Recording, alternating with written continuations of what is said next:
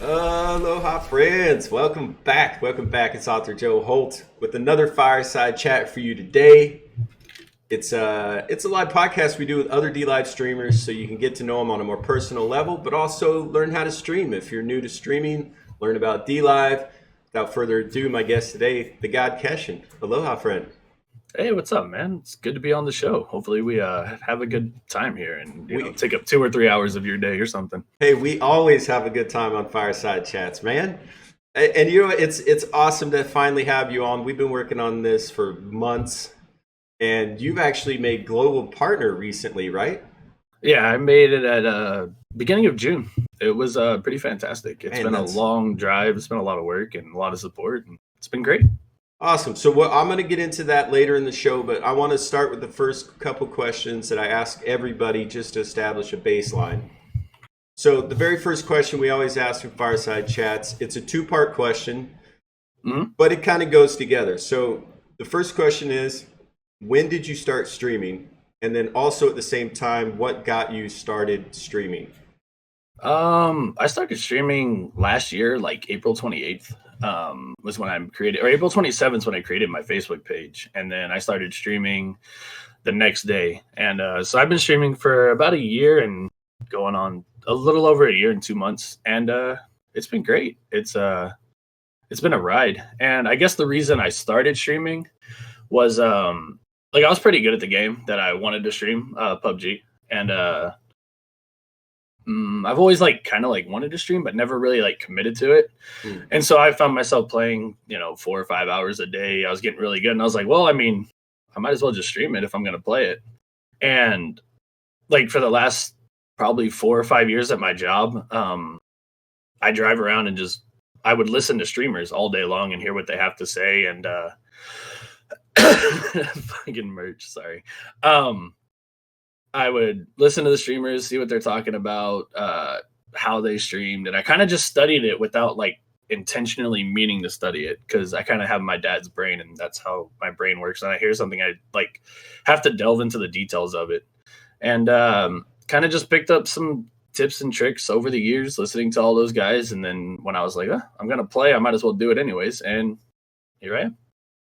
So April 2018, just to be clear, is when you Yes. started streaming. Okay, and obviously, well, you could have started on DLive. DLive was around then, but did you start streaming on DLive? No, I didn't even know DLive existed at the time. I was strictly a Facebook streamer, Okay. and like I think I was gonna try Twitch, but I had like researched like console players on Twitch, and there was like one console PUBG player that was actually making it. And so I saw a lot of potential in Facebook, and so I was on Facebook. And the big thing about trying to stream is networking, and Facebook was a great place to network. And do you still dual stream? Yeah, like I'd say 95% of the time, I dual stream to Facebook, because the reason why I still keep Facebook open is because okay, so with the networking, I talked to quite a few groups, like PUBG Xbox community, PUBG Xbox One community for Xbox, but like there's a whole bunch of groups like that, different names, but they're all the same. Like they all have the same goal. So when I first started streaming, I'd go to the admins and be like, "Hey, I'm gonna start. I'm a streamer. I'm trying to be a streamer. I'd like to stream to your page if you'd let me." And I asked about probably 15 pages, and only 7 of them like let me. And one of the crazy things is I actually got in with a group, the PUBG Xbox One, PUBG dash Xbox One community. And I met a guy named Darren Pilcreech on DLive. He's on DLive now. He was on Facebook then. And he actually ran a page that had like 40,000 people at the time. And so I talked to him. He's like, yeah, you can share the thing. And then he wanted to put together a stream team, like specifically for the page. And he actually offered me a spot to get on that page, on that stream team. And from there, like, because the admins for that page, once they came up with that stream team thing, they would remove everybody that was sharing other streams for like damage control type of, quality control type of reasons. Like maybe they didn't want a streamer on their stream on their page because he was saying bad things, or not having the right attitude or wasn't a good person, yada yada yada.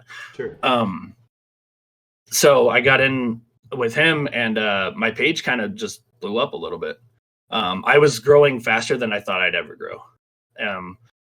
But that was until later on when we had the Facebook stream apocalypse thing that happened. But I was doing really well on Facebook, and it was good. Just networking with all the people is kind of like how you get yourself out there. So what brought you to DLive? Like, why did you switch over from Facebook? 2 reasons. There was what some of us refer to as like the streamer apocalypse on Facebook. For whatever reason it was, I don't know the 100% reason, but my best guess is that Facebook wasn't ready to handle the traffic they were getting from streamers all over like the world.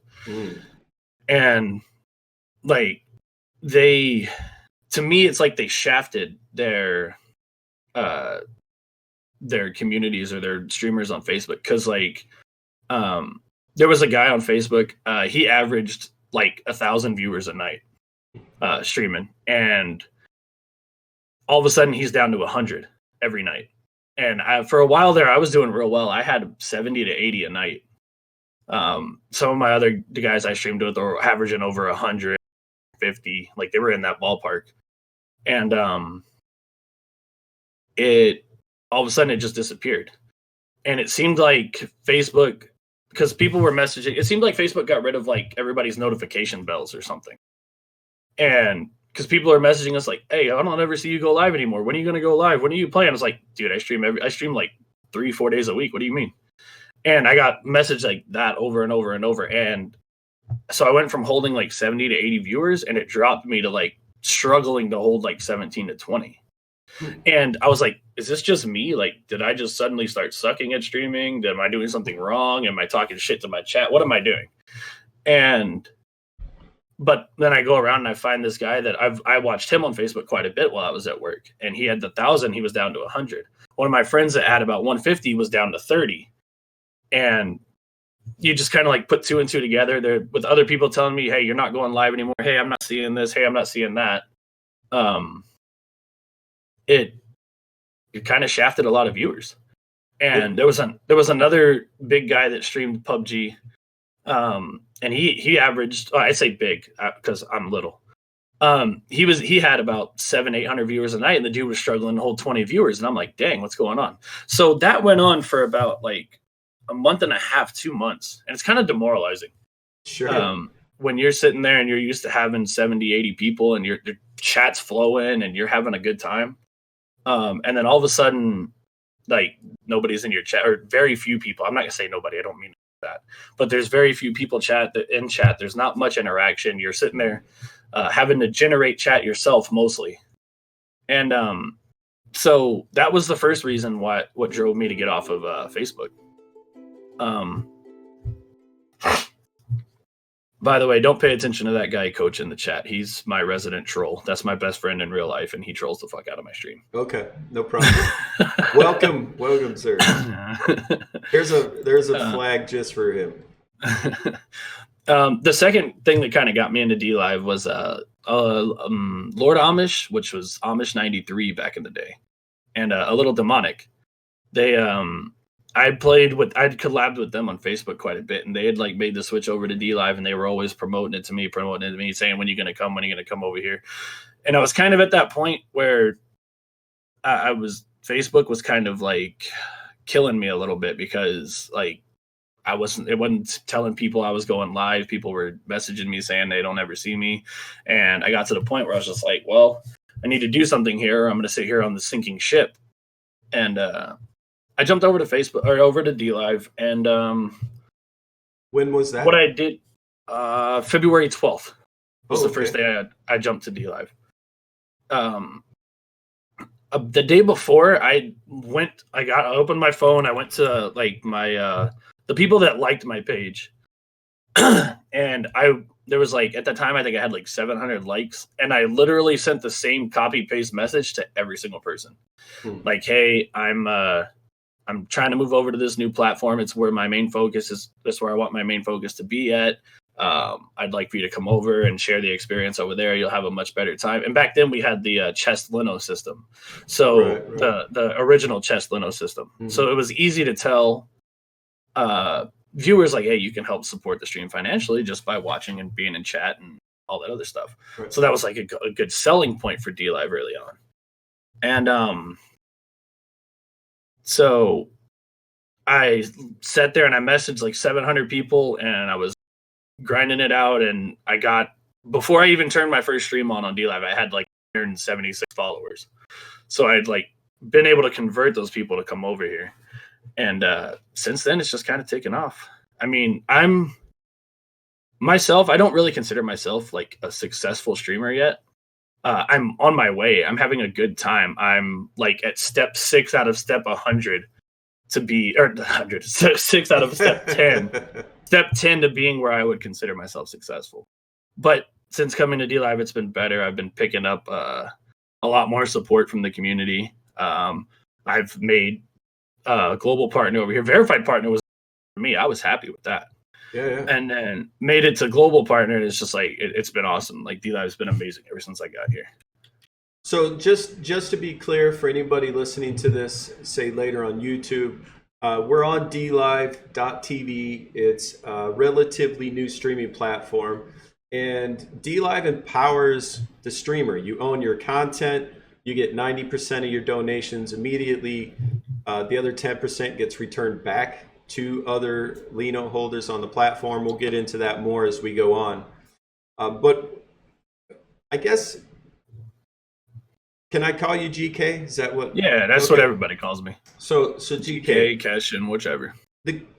Have you noticed a difference in the type of interaction or the type of community you're building on DLive versus the one you had on Facebook? In a sense, like most of the people that still watch me on DLive daily are the ones that came over from Facebook. So I have my resident trolls, Devin, Coach. They're always there. They're always making fun of me. It's great. I love them guys. But coming to DLive, I've noticed that like a lot of the new people that watch are like real calm, real chill. They hang out. They're nice people most of the time. And I feel like DLive's breeding a great community over here. Yeah, absolutely. It's what got me streaming, right? I followed LT Zonda over from Twitch back in January, and by March 1st, I was streaming just because I really enjoyed the viewers, the community, and wanted to be a part of it in a bigger way. Yeah, it's definitely a lot more community driven than other sites that I've watched. Now I understand that because of a small platform, they try to help be a lot more community driven, but I hope when they potentially transcend to a bigger platform that they keep their drive to like keep their community involved in everything and take the feedback. Yeah, that's a great point. I mean, we're just in the beginning of July 2019. You and I have been here about 6 months, basically. We've seen quite a bit change in software, hardware, right? The Lino system, the currency is fluid. It's changing. I'd call it a beta, right? I don't think it's ready to be called a finished product yet. DLive or Lino, for that matter, right? Lino's not a cryptocurrency currently. It's on its test net. Yeah, and they're hoping to be able to take it live eventually. And it's if nothing else, we're attempting to prove that concept for Lino Core and DLive and whatnot. I don't know, someday maybe it'll be worth something, you know? I'm just hoping DLive stays around for a time here. Yeah, I'm with you. I really enjoy what we're doing here, and I love getting up every day and streaming or watching streamers on DLive. Daily, I'm either streaming, watching streamers, or both. I mean, it kind of becomes a way of life, really. Have you found that since you've been here? Well, since I started streaming, it's been a way of life for me. Like schedule, like I've been streaming Tuesdays and Thursdays every Tuesday, Thursday for like 14 months. I think I missed like 1 or 2 out of the whole 14 months. And then like sometimes I'll get to stream in on Saturday, and usually after work I'll get a stream in for about 2-3 hours. But yeah, it's it becomes a lifestyle. It becomes a way of doing things. It becomes you have to actually work it into your daily routine. Right, absolutely. And guys, just so you know, I didn't say at the beginning of the show, I do appreciate all your donations. I'll be sharing them with GK. I'm just not going to call them out during the show because it tends to derail our conversation, but I do appreciate it. Yeah, especially if Devin shows up or Coach starts doing it. Or merch for that matter. So GK, you do have a full-time job and you still are finding time to have a regular streaming schedule. Is that correct? Yeah, it's a little tough because I'm married too. I'm married and I do have a kid on the way. He'll be here in 2 months about. So nice, man. It's a balance. And me and my wife have talked about it a lot, and we've fought about it a bit, the whole streaming thing. But I'm telling her, just, give me some more time and I can, make it happen. I can, it'll pop off, stuff will get going. But she's been very supportive. She's been way more supportive than I thought she would ever be of me trying to do this. So I have an awesome wife. She's kind of like the rock I stand on whenever I'm doing basically anything. She's probably the smartest person I know, to be honest, outside of my dad. So I've actually heard a number of streamers talk about that specifically on these fireside chats, which is, originally my wife wasn't necessarily on board, but then she started watching some of the streams, seeing what it does for me personally, meeting my community that we built, and then they totally get on board because they realize it's a positive thing in your life. Oh, and my community, she plays PUBG with us, and she's not that great, but she can get some kills. But it's funny because her and I were streaming one time, and she in PUBG there's a Molotov, and when you throw the Molotov, it breaks on the first surface it hits. And because she didn't have much experience with the game, she tried to throw, I got knocked down. She tried to throw a Molotov up the stairs, but she thought she could bounce it off the wall. And she hits the wall right in front of her and just kills both of us with it. And my entire chat just died. My entire chat just it was hilarious. And then we get into the games, because I do sub games and follower games. I try to do sub games once a week. And sometimes she'll play with us and it's just nonstop laughing because she has she has a dirty mind sometimes.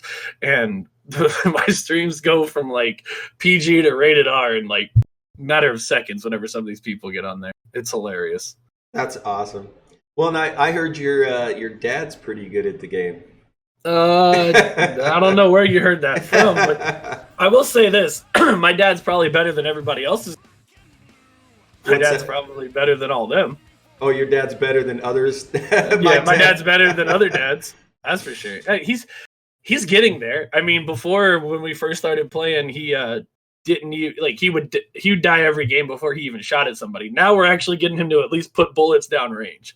Nice. And eventually he'll get better and better. He sent me some screenshots of him playing by himself where he gets 4th or 5th place and he'll have 1 kill. And I'm like, hey, you're getting there. You're getting there. Dude, just keep practicing. That's so awesome. One of my favorite things to do, my kids are late teens, and I love playing video games with my kids. And they are totally better than me. I'll be honest. But it's fun. Yeah, it's a lot of it's hand-eye coordination type thing. Because excuse me. Us kids, I mean, I grew up on a regular Nintendo, Super Nintendo, GameCube, all that, everything all the way up to here. The only thing I've never played is a PS3 or a PS4. So with us younger generation, we've always had that controller in our hands, so we always had the hand-eye coordination down. That's my dad's biggest issue. He's got to get the hand-eye coordination together. Now, my dad does a lot of medical work and computer work, and if you put a soldering gun in his hand, he'll solder the crap out of anything. He's got that real steady hand to do all that, but he's getting there. He's practicing. He'll make it. Nice. So you've always been a console gamer? I mean, have you done any PC gaming with streaming? Not with streaming. Okay, so the issue is my PC is 6 years old without a single upgrade in it. I have DDR3 RAM. I have a NVIDIA 640 graphics card, if that tells you where I'm at in life. So I tried to stream PC games, but my PC just can't handle it. But before all the streaming, I spent about 6 years with my best friend coach there and some of my other friends playing like League of Legends, StarCraft every now and then. Just a couple of more like adventure games. Like we played Terra for a while. But for the most part, I've always been a console gamer up until League of Legends kind of like walks into my life. Because I didn't really play any other computer. I've never played a computer FPS game like more than like a week. So like I'm really bad with the mouse and keyboard. Although I played PUBG a bit, but I was still pretty bad. But I've always been a console player, like since I was a little kid. And so you're currently playing what, Xbox and streaming? Yeah, I stream PUBG and a little bit of Apex. I've streamed PUBG for literally every stream except for like maybe 10 of them. Since 14 months ago. Wow. And it's been kind of like my go-to. And the reason I'm so into PUBG is because like I play a lot of solos. And in solos, if you make a mistake, you're done. Your game's over with. You got to restart it. So I like to punish players that make mistakes. So, if I make the mistake, I need to be punished and I need to learn from it. Wow. So it makes you a better player. Wait, hold on. Doing it that way. Hold on. What's with this need to be punished or punish others? What is? It's because okay, so like maybe I'm not the normal person when it comes to games. Like I want to learn the game, get better at the game, and destroy my opponent because I'm better than them. And it's all comes from you either learn from your own mistakes or you learn from mistakes of other people. And so, it's also like a League of Legends. And not many people here are gonna know. Oh my God! See, look! See that comment in my chat by my girl? No, just ignore it. Ignore it. We're ignoring in League chat. of Legends. In League of Legends, if you make a mistake and your opponent punishes you for it, you could have lost the entire game off of that. And League of Legends is a game that can go from anywhere from 25 to 50 minutes. Right. And so it's kind of like a mentality for I can't. It's like a mentality for how I've kind of like moved on from League into PUBG. But that's what makes me a better player. Makes me a better player than I was before that last started. Is that if I made a mistake, I can learn from it. And if I make a mistake, I should be punished for it so I can learn from it. And if more people had that mentality, they'd probably get better at games. I'm not saying I'm the best player ever. That's kind of like if you had the same mentality of learning the game instead of being mad that you died.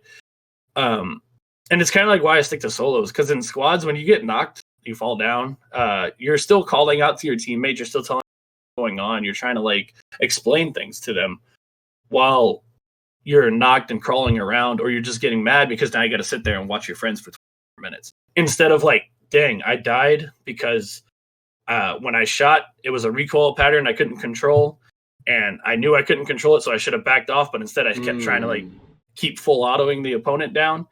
But you don't get to think about that when you're still trying to make call outs. You're trying to like tell your team where everybody is and what's going on. But that's kind of like why I love the solo gameplay so much, because it's like a chess match between you and the opponent.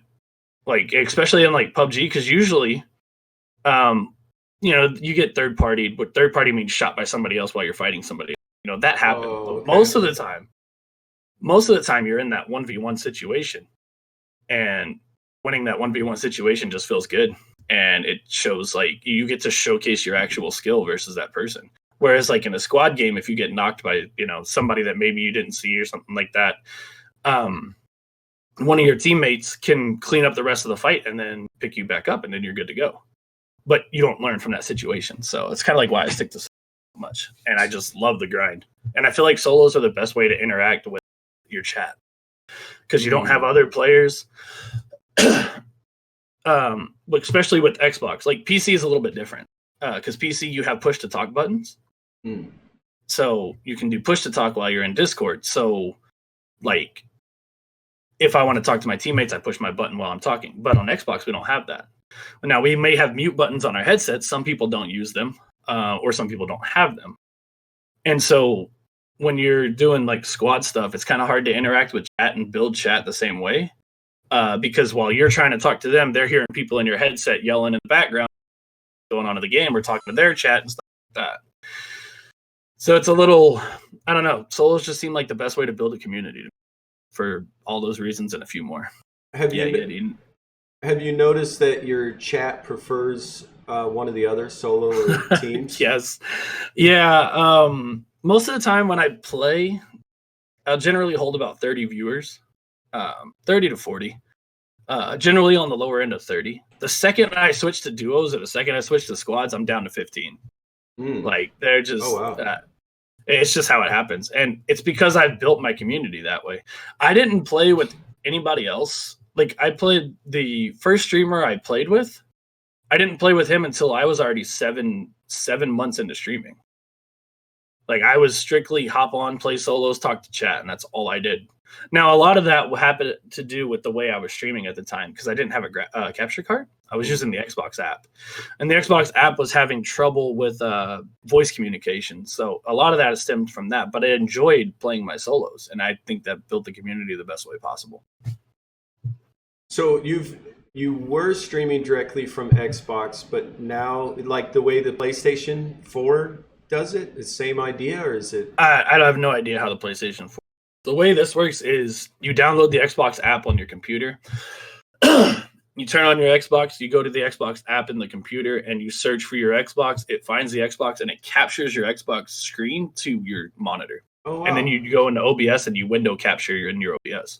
Okay, yeah. Well, that's awesome. So are you using a capture card now? Yes, I have a capture card now, finally. It's been a while. And what did that do for you? How did it It made squad play. I could do squads. Like the issue was, okay, so the main reason I wanted it was to do followers. Because I had followers that played the game and really enjoyed it. I always wanted to play with them, but if I was playing with them, because the way the setup was streaming off the app, I either couldn't hear like what was going on my computer, or I couldn't hear the them in chat, or they couldn't hear me. One of the three issues was always a problem. And so once I got the capture card, I was able to get all this sorted and figured out, and I was able to do follower squads. So people that showed up, I dedicated a day to follower squads, and we played follower squads. And I'd get them in, we'd play 2 or 3 games, and I'd rotate to the next one. And I did that for a long time. And it was great for community building. It was great for hanging out with the people that actually support you. You know, and I actually asked you this before we started the interview, but I'd like to ask you again on camera. Do you find it difficult to maintain gameplay and chat? And would you choose one over the other? If I'm ever doing squads, yes, it's definitely. In solos, I find it really easy. Because I try to read every message. And if I die while reading a message, that's like, it's okay. I died, giving my chat what they wanted, talking to them, playing with them. But you kind of get in this habit of when you've played a game for so long, you kind of like learn somewhat of like the safe zones, if you will, where you can kind of peek over for a second, read chat, and then go playing. But kind of like the trick to it is like just talk. Like just like talk about what you're doing, why you did this, why you did that, without even like there's this thing I got from one of the streamers that I used to watch a long time ago, and it wasn't he said something like to what it wasn't exactly this, but I refined it down to this. You don't read chat, you generate chat. And what that means is like you the streamer creates the chat. Because like when I was first starting on Facebook, I had like 2 or 3 people watching, and I'm sitting there just talking about the game. Like I have 1,000 people watching. I'm asking questions to myself and answering them on the stream. And the 2 people in my chat are like, "Who are you talking to?" I'm like, "Oh, I'm talking to you guys." They're like, "But you're like answering questions." I'm like, "Oh yeah, I'm I'm talking to you guys." Like, what do you mean nobody's talking to the chat? I'm like, but you're talking now. I got you talking now. It tricked you. But that's one of the things that like it kind of like helped out a lot. And from just doing that and generating chat myself and learning the game and kind of like when I can peek over to check the chat and respond back, and it's become a habit. It takes a little bit, especially in like intense games, but even in PUBG there's 99 people, 100 people in the game. When you get down to that top like 7 or 8, sometimes you ignore chat to try to win the game for your chat. And then you, after you win or if you lost, you try to go back and read it. And but there's sometimes I catch myself like if I'm like top 3, top 4, and I feel like I'm in a safe spot, out of habit, I still look over at the chat and I talk to it. I still read it out loud, and they're like, "What are you doing? Pay attention." Well, I've actually had some other streamers like PUBG, Apex type streamers say that their chat wants them to focus and knows that they need to focus at certain times and will let you, they'll help you. There was always people that understand that, but I feel like to still provide the best streaming experience, you can still find a way to like balance it. You can still find a way to sneak in those comments. And like for Apex streamers, like if you're an Apex viewer, you have to understand, and this goes for other games that are also as fast as Apex, but I think Apex is probably the fastest game right now. If you're a viewer of an Apex streamer, you have to understand that you're not going to get your chat read all the time, because that game is back to back to back to back fights. You're always moving, you're always repositioning, you've got to heal up after that fight because that third party's coming every time. And so with somebody just opened the door in my house. With like PUBG, there's a little bit more slower moments, so you generally have a chance to like always find that spot in chat, and like other kind of like battle royale games, or like there's my mom. My mom sent an ice cream. Thanks, Mom. But like in adventure games are a good place, like where you can always fill in chat. So you said you've only played a couple streams that weren't PUBG. Do you have another game or two that you go to? When I get sick of PUBG and all the desync problems that PUBG has, I tend to switch over to Apex. Okay. The issue I have with the reason why is because like PUBG's always had these issues, and I don't think they'll ever go away. There's like desync issues, shot registry issues, and it gets frustrating having to deal with certain things. And there's one more issue that like really, really bothers me with PUBG is the player base doesn't play the playlist that I like to play. I prefer first person because better player. If you're better with like strategy, gun skill, and movement, then first person play is like where you're supposed to be. But a lot of people play it in third person, so you have to get forced back to play it in third person, where everybody has this like camera that sits up behind their head and they can like look around. And what it does is like it makes people just stand behind the wall with their nose to the wall, but because they have that camera, they can see around it. And the better player doesn't get to dictate when the fight happens. It's whoever's the most patient player dictates the fight. And it's just that so when I switch to Apex is first person. So if I'm a better player than the player I'm going up against, I can hit them with a couple shots. They're going to have to duck down and heal. I get to move while they're doing that. And that's what kind of drives me to Apex a little when I get tired of PUBG. I get tired of the way people play it. I get tired of the desync, all that other stuff. So I switch over to PUBG. I played one stream of Fortnite. That was hilarious. I'm terrible at that game. And my chat loved that I was actually really bad at a game for once. I haven't heard but one guest I've had on this show talk good about Fortnite. Oh, the game is great. It's a very good game. I think it'll be around. And I'm just bad at it because I've never really played it. The whole building while you're fighting thing is definitely adds a more complex level, I think. It's an entirely new level to the game, and it brings out a lot more skill-based play. And if you're all about wanting to be better than somebody just on skill alone, which is kind of like how I am, then Fortnite's your game. But there's just a few things in Fortnite I can't stand that drive me away. But I mean, it's a great game. It'll be around forever. It's gonna make tons of money. It'll make streamers big. It's Sure. awesome. Well, have you ever thought about switching to Apex full time from PUBG? Because it sounds like you're, like you said, more skill based motivation for playing the game, and maybe Apex is that over PUBG. Yeah, so this is like the hardest part to me about streaming is game transition. Because you have, like, when I switch over from PUBG to Apex, like, I'll go from like 35, 40 viewers to like 7. Because the people that watch me aren't interested in the game. And as much as I would like just want to full commit to a different game, I still have to worry about the health of my stream. Sure. And I have to care about my viewers to an extent. Now, when it gets down to the brass tacks of it, all the way at the very end, like, I have to do what's good for me. And I've been asked before, like, what's my number one advice for streaming? And my number one advice is play a game you love. Because if you love the game, your attitude's good. You know, you're not hating what you're doing. It's like having a bad job. It's like if you have a bad job, you're going to hate going to work every day. You're going to sit in there. Every little thing about the job's going to piss you off. Same thing about the game. And I probably love PUBG more than any other game, any other multiplayer online game that I've ever played. And but you get to those points where you want to transition out. And there's another thing about no game lasts forever, except for maybe League of Legends and Fortnite. They might be the only 2 games that last forever.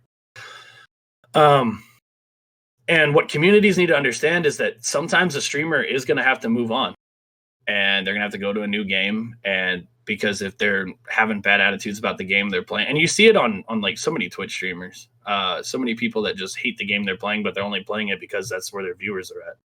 But people need to know that, like, eventually your streamer is going to move on from the game they play.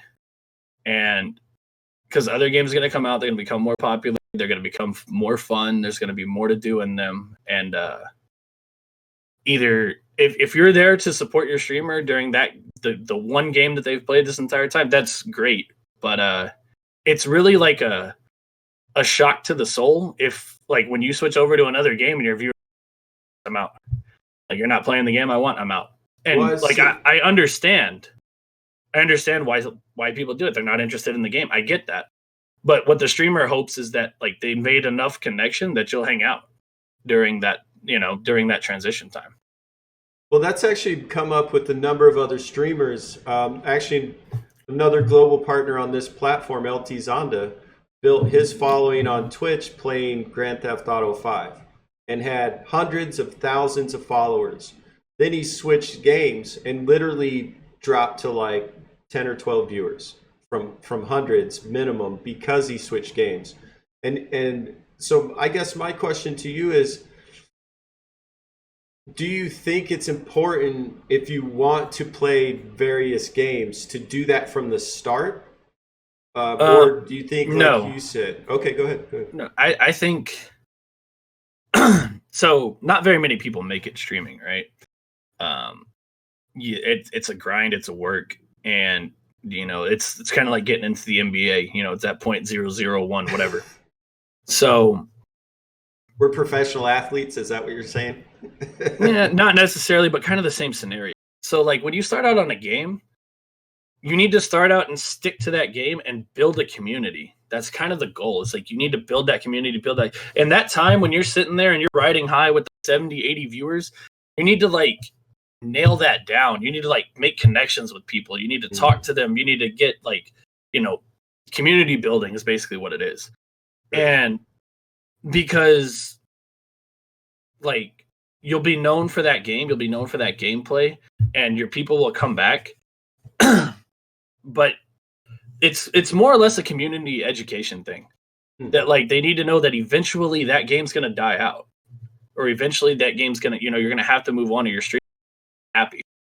And it's rough when you make that transition, to another game, but you hope that you've made a strong enough connection throughout. Like for me, for instance, let's say tomorrow I completely drop PUBG. I would hope that with my 14 months, I've made enough connections with my chat that they would follow me wherever I go. And that's the idea behind community building. But no, I don't think you should just start as a variety streamer. The issue as a variety streamer, you're going to have people that come in there and be like, oh, yeah, you played PUBG. Awesome. The next day, what, Apex? This isn't PUBG. I don't like Apex. I'm out. Next day is Grand Theft Auto 5. Oh, you were playing Apex. I liked Apex, but I don't like Grand Theft Auto 5. Okay, I'm out. You're not going to be able to give some people something to latch onto to come back.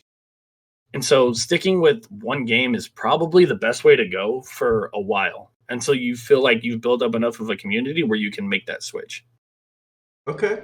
That's interesting. And you happen to be good at the game that you chose. Now, were you always good? Have you gotten better over time?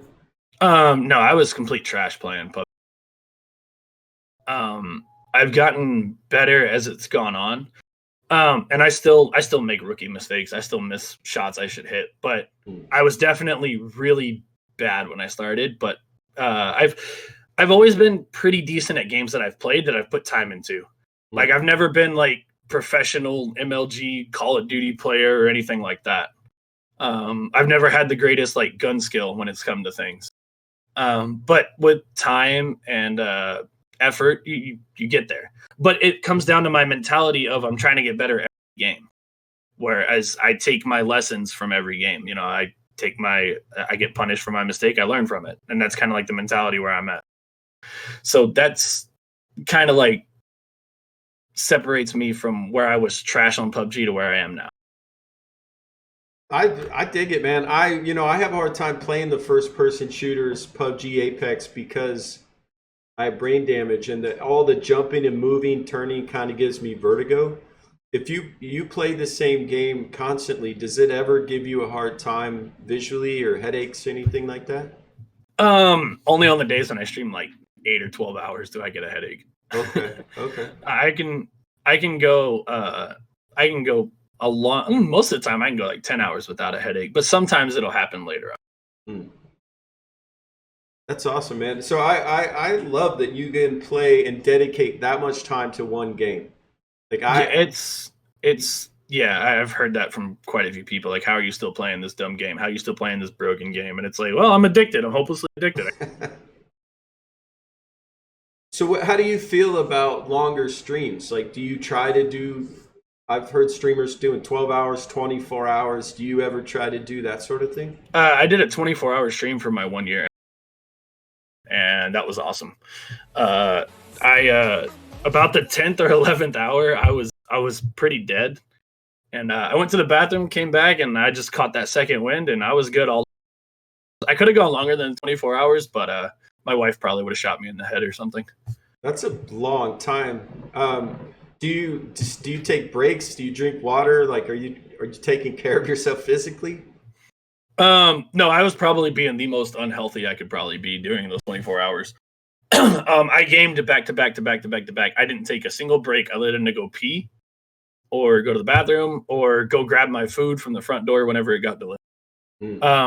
And that's not a good thing. You should probably like get up and, well, I guess I got up and walked around a bit more, but stretching's a good thing. But no, me and my friend, Rich, we played PUBG for like 14 hours straight. And then he got off to go to bed and I played Apex for like another 9 hours. No, about another 8 hours. And I played 2 more hours of PUBG at the end. But I actually because I didn't want to leave the house, and I actually had I know everybody says this, but I actually had 0 food in my pantry to eat. And so like I had to wait for the Domino's down the street to open up so I could order food to like be delivered to my house. It was great. So definitely don't do what he's doing. If you're a new streamer, don't do that. Just try to exercise a little bit, stretch in between, drink more water, not 3 Red Bulls like I did, you know. No worries, man. So one thing that you're clearly known for, I've seen it in several of my Fireside chats, is GK Army merch. So let's talk about the GK Army. How did that start? I mean, it's it's known. You're known. I know more about GK Army than I know about God Keshen. So, Oh, so that's a good thing. right, I think that's what I'm saying. I think so. That means the brand's doing well. Exactly. So how did the GK Army start? Well, the GK Army is actually just like my supporters, like the following that I have. Like everybody kind of has.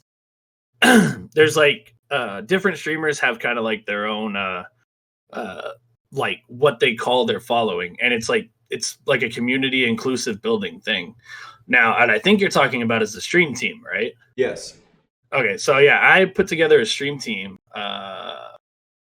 January. I think January. I brought on two of my friends, Tryhard and Snowman. They were cool guys. They needed a little bit of help, and they've been good friends. And I figured, they could benefit from me and I could benefit from them. And I enjoyed playing with these guys, and they're good players, they're good guys. And so I formed a stream team, and they were the first two to join, and, it was a blast. It kind of took off. I actually have so like for my stuff, I had like these little rubber bands. They like say God Keshen, they say the GK Army. So I made Tryhard and Snowman their own. Snowman's the blue, the red's Tryhard. And it was something that they didn't have before that they could give to their viewers and do giveaways and stuff like that. And but it was for community building, for networking, and hanging out with the boys. And it was pretty successful. I mean, it was they got followers from me, they got viewers from me, and I got my name out there. And so later on, I added another guy named Rival, and Rival's a cool streamer. And the benefit that I got from him is that he streamed other games. Snowman and Tryhard, they streamed PUBG along with me, so it gave them something else for my viewers and their viewers to kind of like intermingle. So I get, some of their viewers would come over and my viewers would go over there, et cetera, et cetera. Well, with Rival was streaming PUBG too, but he liked to play other games. And so he was real big into Blackout. I think or Black Ops 4, which he plays that playlist Blackout, which is the battle royale for Call of Duty. Oh, okay. And but he's been growing over there, so it's kind of like puts my name out over there while I'm sending, we're all intermingling. Sure. And it's great. It's fun for community building, and I guess it's working because more about me, so it's doing its thing. But I mean, of all the merch, though, of all the people I've seen with merch, you've got wristbands, you've got hats. There's a flag on the wall behind you. I've seen, was there cups? Like where are you getting all cups this from Epic Merch? Yeah. So basically, well, I always had an idea that way back at the beginning, this is actually the first piece of merch that I got. These hats. Actually, no, I take that back. The wristbands were, but then I got the hats. I always wanted something that I could just I'm all about appreciating my community, and every streamer says that, but I do I think I set myself apart by actually doing things outside of just saying I appreciate my community. I can't tell you how many people from my community have got free rubber bands just because hey, thanks for the support. Here you go. I'm sending them out to you. What's your address? I think that's one of the things that really helps with the merch and stuff. People see it, and then they get it in the mail, and they they take pictures of it, they send it to me, and then I put it on the page. But yeah, I actually didn't really want to do any merch outside of the rubber bands for a while. Well, I'm not that big. I have a ways to go. But people are yo, I want a hat or a shirt or something. I'm like, really? You want a hat? You want a shirt? And they're like, yeah. And I was like, okay. So I got the hat made. These really generic small hats made. I mean, that was the front. There's the back. I mean, and they all sold out except for this one. And it was really nice. And so I wasn't really trying to get heavily into the merch. And then people were just like, well, I want more. And so I always played sports growing up. Basketball was my main sport. I played a little bit of college basketball. And so I got these basketball jerseys. Let me put it up there. Pull the camera back. Oh, yeah. Nice. So I have a basketball jersey, and that's what the front and on the back is. For mine, it is it's my name, and then it's 01. Hmm. Godcash in 01 for being number 1 in PUBG, because you want to be ranked 1 in PUBG because you're the winner. Let me fix the camera for you again. How often are you number 1 in PUBG? According to the stats, 20% of the time I win. Okay. It's a pretty good number. But then I offered. Let me tilt my camera back down for you. Sorry, I know I messed everything up showing that. That's all right. I'm fixing it in OBS right now.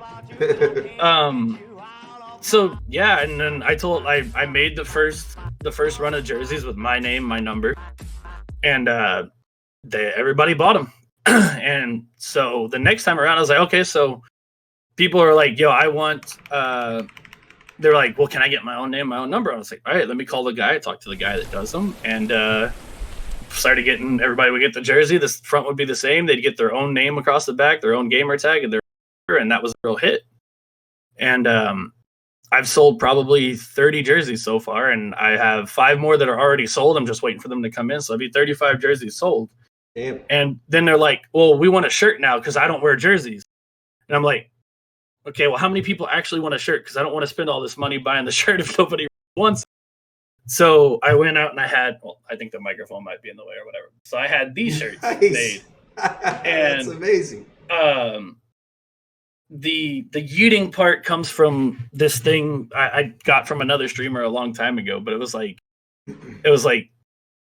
whenever I throw a grenade, I would say "ya yeet," and I would throw the grenade. And most of the time, when you say "ya yeet," it actually kills the enemy. So it's like helpful. People say Kobe when they throw stuff.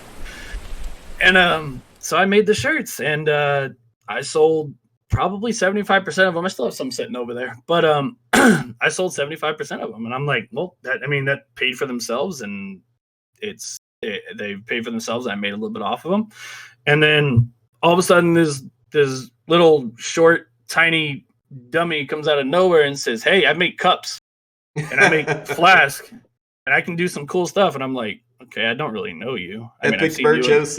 Yeah, that would be epic merch. It's like, I don't really know you. I mean, I see you in other people's chats and you hang out with them, and so whatever. And he so he got in contact with me. He's like, hey, I do these cups or whatever. And I kind of like blew him off at first because I was just like, well, I already have so much of this merch that, like, I don't feel I'm big enough to have this much merch, but it keeps selling. And so I kind of blew him off. And then one of my viewers, Grandpa Dave, actually bought me like a care package from the merch shop. And inside the care package came like this cup right here. And then on the back it says "Ya Yeet," because that's kind of like the thing. And it had the cup, and it had some little keychain looking things, and it had this this headset right here. And on the side of the headset, merch actually put like my logo and everything. And Grandpa Dave actually paid for all this. And it was like, okay, this guy, this merch guy seems pretty cool. He's got some stuff. And he's pretty cool. He we kind of just started talking more and more, and he just started making more stuff, and he was sending it to me free of charge. And I was like, dude, I feel like I owe you something, He's like, well, I'm doing my networking. Yeah, but I hate taking stuff for free. Let me do something. No, just keep your money. And then I went over there to his stream and I donated like a bunch of Leno. Said, here, take it. Yeah. There's far too many streamers with with Epic Merch's stuff. Far more of us need to send him money. That man is. It's just I kind of like. I'm always been that kind of person. Like I'm an eye for an eye person. Like, you do something for me, I'm gonna do something for you. You do something to me, I'm gonna do something to you. And it's kind of like it's somewhat of a messed up mentality, but it's kind of gotten me where I'm at in life. So merch has always done good things for me, so I try to do good things. And me and Merch actually became really good friends. We just talked every day. Like, I just started talking to this random stranger like every day, and became friends over time. And we started having it was just like, I don't know. It's like I've known him forever now, and I've only known Merch for like 3 months, I think. Well, 3-4 months. I just had Epic merch on the show actually on Fireside Chats. I dropped a link in the chat if you guys want to follow that YouTube link. It's all the Fireside Chats we've done, but we got to know a lot about Epic merch recently, and Epic merch is actually the one that helped push to get you on the show. Yeah, I tend to not do things like this. And the reason is, like, as a streamer, you do have somewhat of a personality. You do have some, like, hold on a second. Sorry. You need to get some water, buddy? No, I'm good. It's just allergies. I have asthma and it's sometimes annoying, so it is what it is. But no, like, I feel like if streamers tell you they're 100% real with you, they're probably lying. I think a streamer can probably be 95% real with their chat.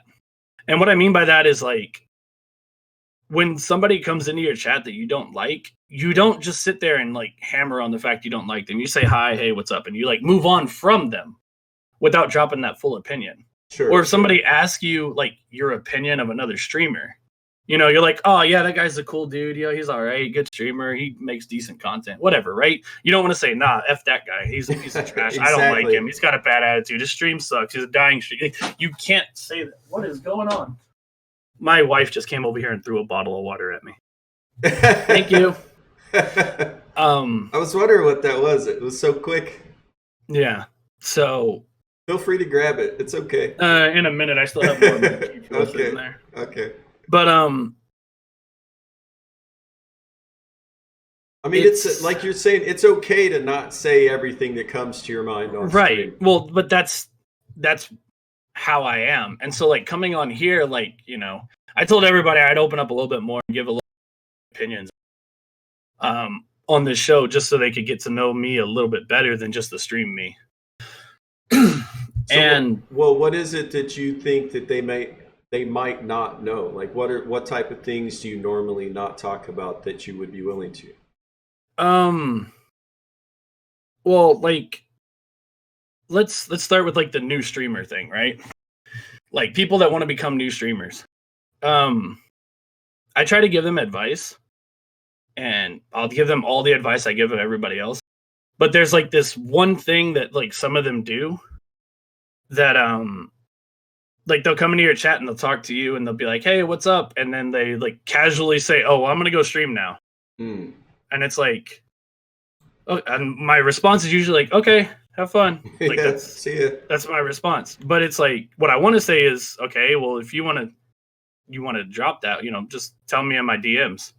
I got a phone, I got messages, I got Discord, you know, tell me in there. Right. And all too often you have,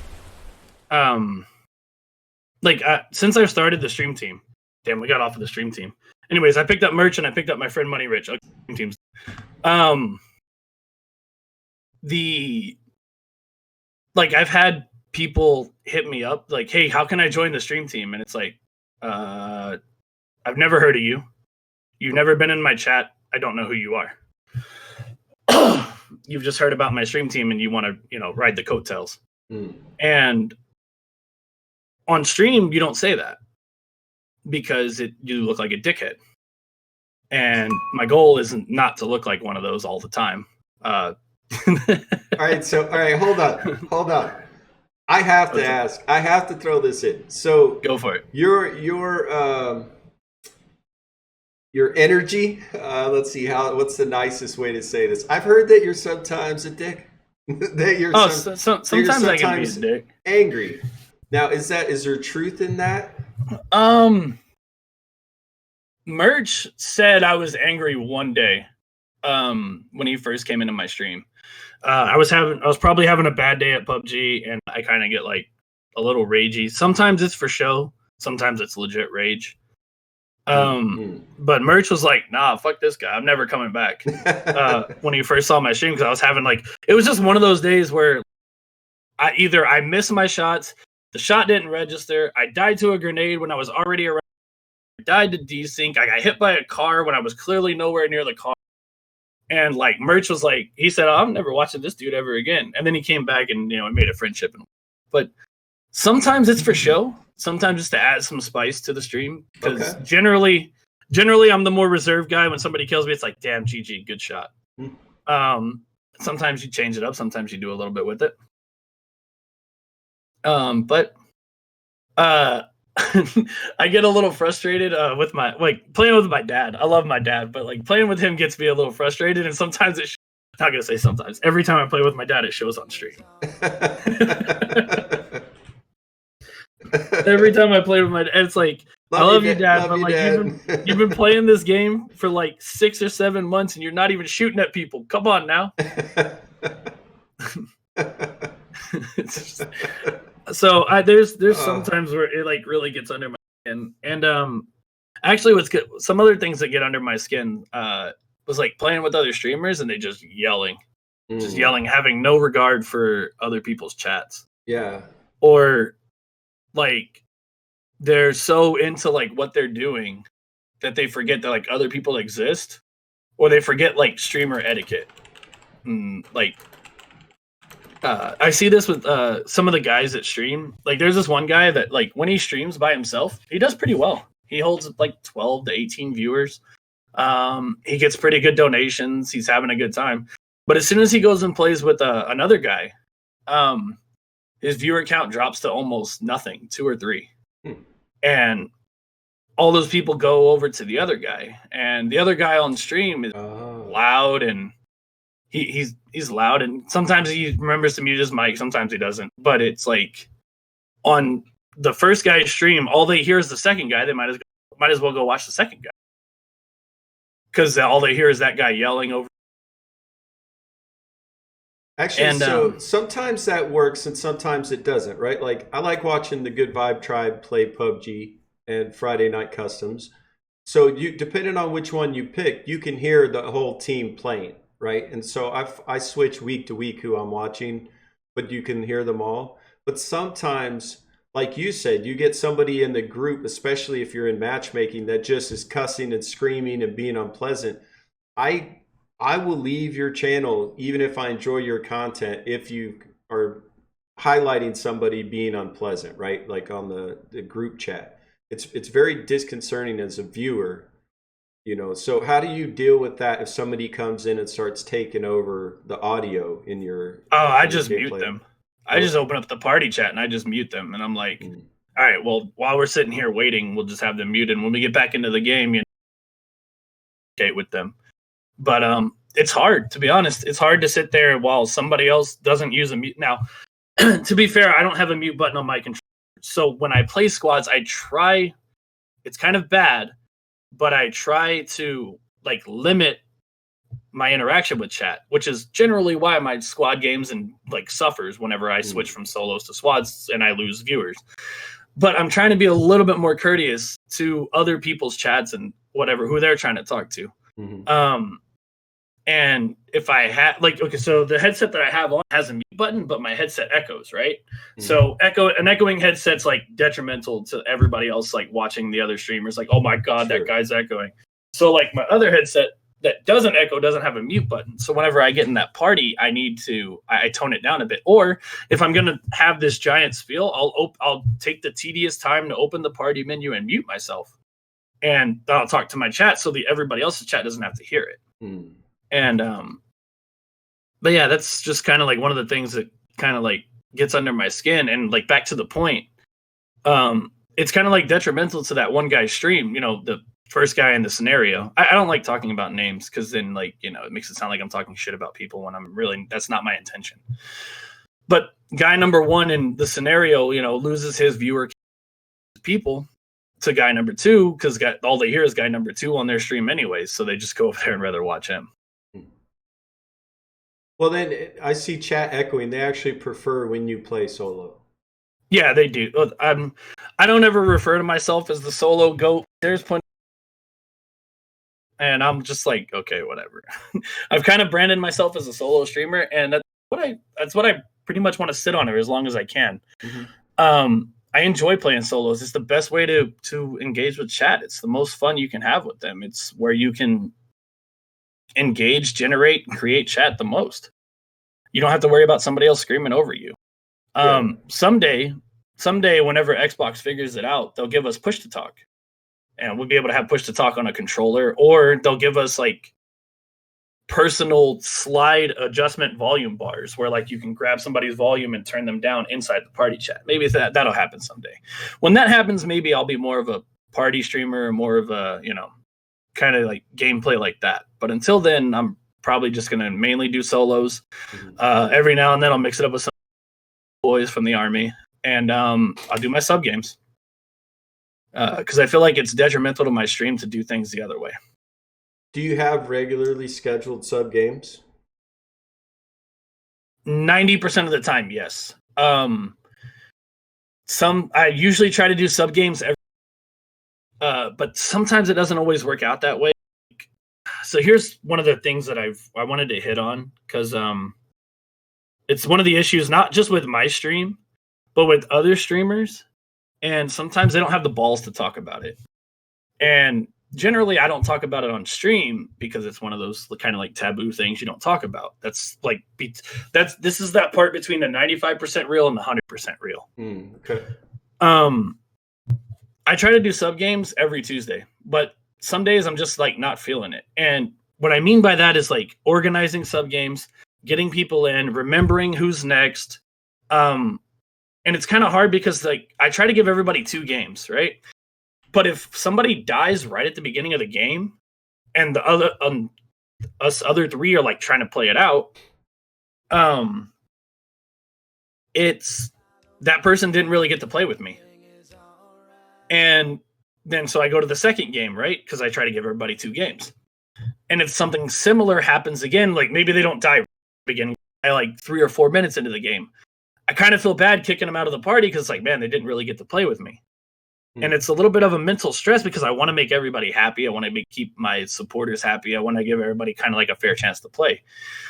And then organizing it too, like remembering who's in order. And then like, you're like, okay, well, we're done. Let's move on to the next group. Player 1, 2, 3, where y'all at? Let's go.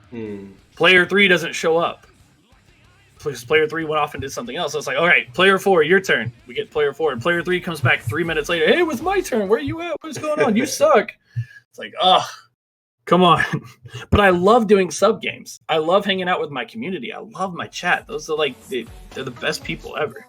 I've met some really cool people doing this, like Potsy, Skull, tons of them. They're all really cool dudes. And what about Sweaty Yeti? Oh, that's my boy. I love Sweaty. he gets a little too, but I love Sweaty.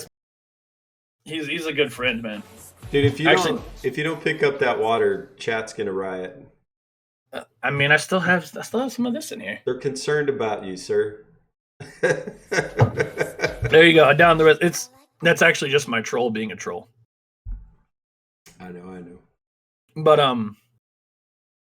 yeah, I kind of forgot what we were talking about. Well, so you're saying talking about sub games and stuff. Yeah, trying to be magnanimous, like trying to get everybody involved, and sometimes that's difficult.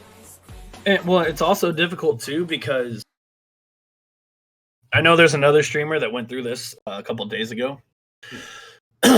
And I actually don't even talk to the guy, but I don't really talk to him. I talk to him like maybe once every like blue moon. But I sat there and I watched it happen to him. And he told me, or he said something like, somebody came into his chat and like, hey, are you playing with people? And he's like, no, I just want to play duos with my friend. I want to play, it's just my group. And that guy like left right afterwards. And then he comes back and I'm sitting here watching the stream and he comes back about 30 minutes later, like, hey, you want to play? You want to get some games in with us? And he's like, the streamer's like, no, I just want to play with my friend and stream build. And that guy leaves. And so the streamer's sitting there in chat, like asking the guy, hey, are you still here? Are you still here? Where you at? Are you here? Are you here? No, you're not. You're gone. So it's like, it's rough. Like you got to find the balance because playing like with your viewers is great. It's a great experience for them. It's a great experience for you. You get to know them better. But like some of the viewers need to understand that there's this thing called stream building and you still need to build your stream. Like nobody on DLive yet outside of PewDiePie is like maybe Nadex is on his way there, but nobody outside of them like already has that 1,000 viewer, 2,000 viewer, 10,000 viewer, 20,000 viewer mark. Right. So we're all still trying to grow, grind, and build our streams.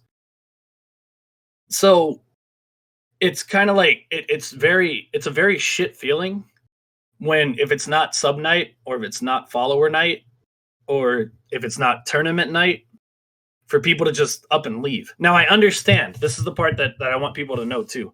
I understand that people want to play the game themselves. They want to go do that thing themselves. They want to be out there by themselves. They want to go play with their friends. They want to play the game. They don't want to sit there and just watch you whenever it's their night off from work and they want to go, mash games. I get that. But like the least, like if you really want like your streamer to succeed and you like tell them all the support, just open up a browser for them while you're playing with your friends. Throw a browser up on your PC or open your phone, turn your brightness down, put your volume off, just let it sit there. And because I know watching that other streamer the other night, he was kind of hurt by that.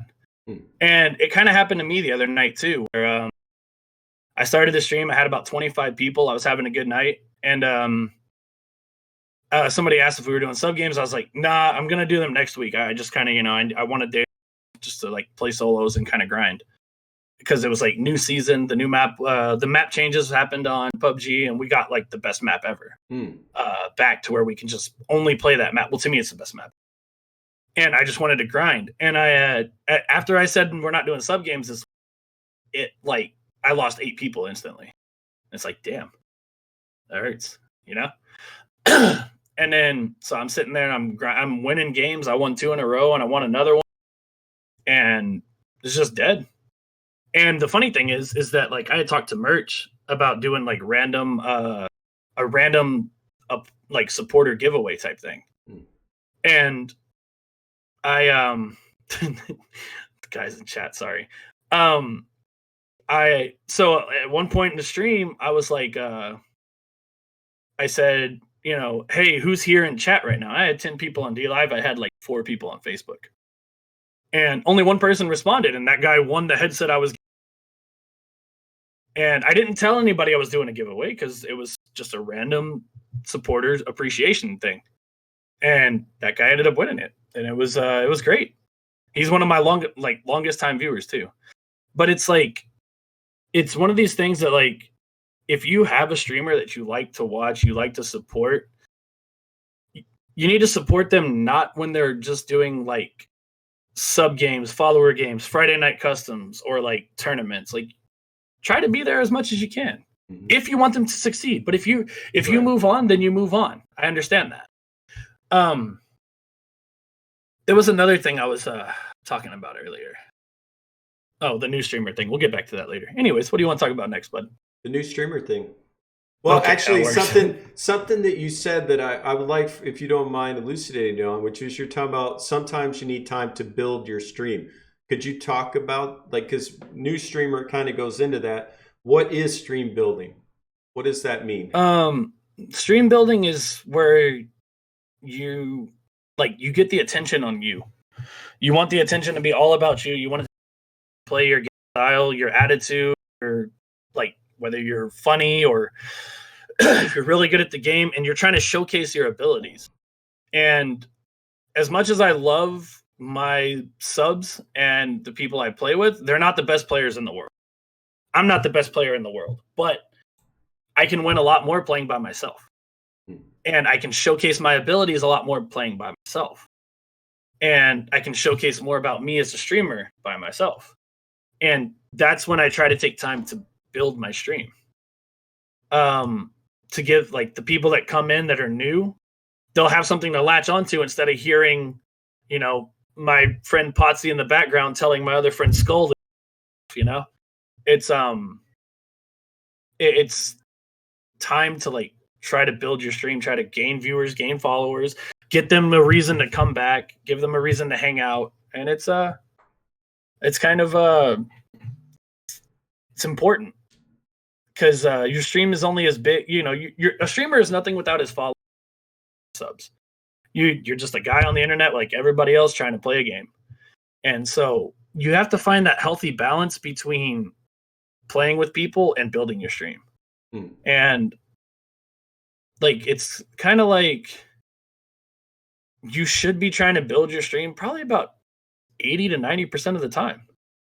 Sure. Now, that's a lot of time while you're streaming, but that's your goal. Your goal is to build your stream, to get bigger, to try to acquire more CCU and grow and, have a big channel. It's the goal of streaming. I mean, that's my goal anyways. Some people would just want to get on there and okay, cool. My goal is to actually try to do something. So let's talk about CCU, which refers to the number of streamers in your channel at any given time, right? Concurrent viewers. Yeah, concurrent users. So DLive is going to be implementing CCU requirements for both verified partner and global partner here in the very near future. With DLive being a newer platform, I feel like a lot of us are sharing the same viewers. How do you for the most part, yeah. Yeah. So how do you feel about the new CCU requirements, and do you think we can meet them? That's the CCU is the only issue I'm going to have about keeping my global partner, I think. I generally have enough, like my viewers are very generous, and I generally have enough donations like every month to keep it up.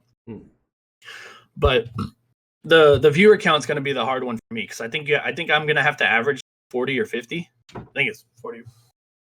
Somebody keeps closing my door. Sorry. I think I have to average 40. If I'm wrong, it might be 50. But if I don't average that, I'll lose global partner. Now, to me, global partner is awesome. It's not the end all be all to me. But I know that there's like viewers in my chat that have wanted nothing more than to see me get global partner. They've always been asking about it in chat, and they're asking about, like whenever I applied for it, when are you going to get it? When are you going to get it? And like, I don't want them to be disappointed if they show back up to the stream and I'm not a global partner anymore. Like, to me, a verified partner is fine. I would love nothing more than if at least be a verified partner. Global partner has been awesome. It's been great. The perks are pretty amazing. And if that goes away, I'm okay with that. I can live with that. But I don't want my chat to be disappointed. The people that worked hard to get there, the people that worked hard to get me there, the people that were there every day showing the donations, the shares, telling their friends about DLive, hosting me, all that stuff. I don't want them to feel like they were let down. Sure. Well, actually, that came up in my channel because I'm a verified partner. I hit the requirements for global partner. I applied, and I was turned down because I don't make the required Lino monthly.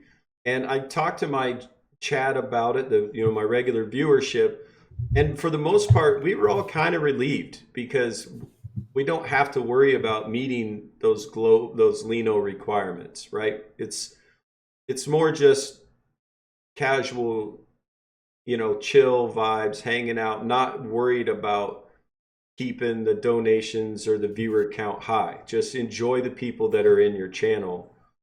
Right. And that's one thing that I've hammered on. You can ask Jeff. I'm pretty sure Jeff has said it before. I think he actually said it on your stream. Like, if I got zero Leno, but I had 150 viewers, I'd be the happiest streamer in the world, because that 100 viewers or 150 viewers is going to put you on the top of DLive, and more people are going to come to that channel, and more people are going to come hang out. And then, you're going from 150, 160, 170, 180. Like, you keep acquiring more people because you have more people. Eventually, donations will come and happen. Like, I would rather have the CCU right now than have people donating to me.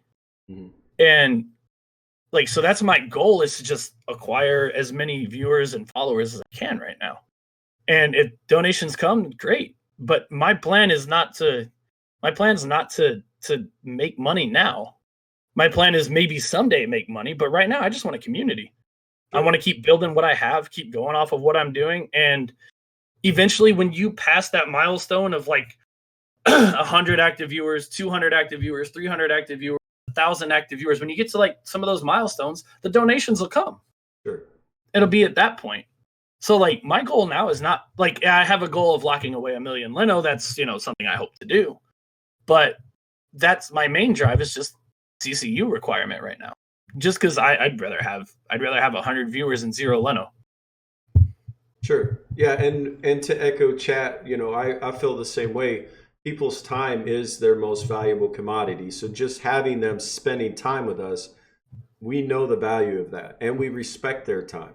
And one thing that really, really irks me, and it's something that happens on this platform, and it's usually like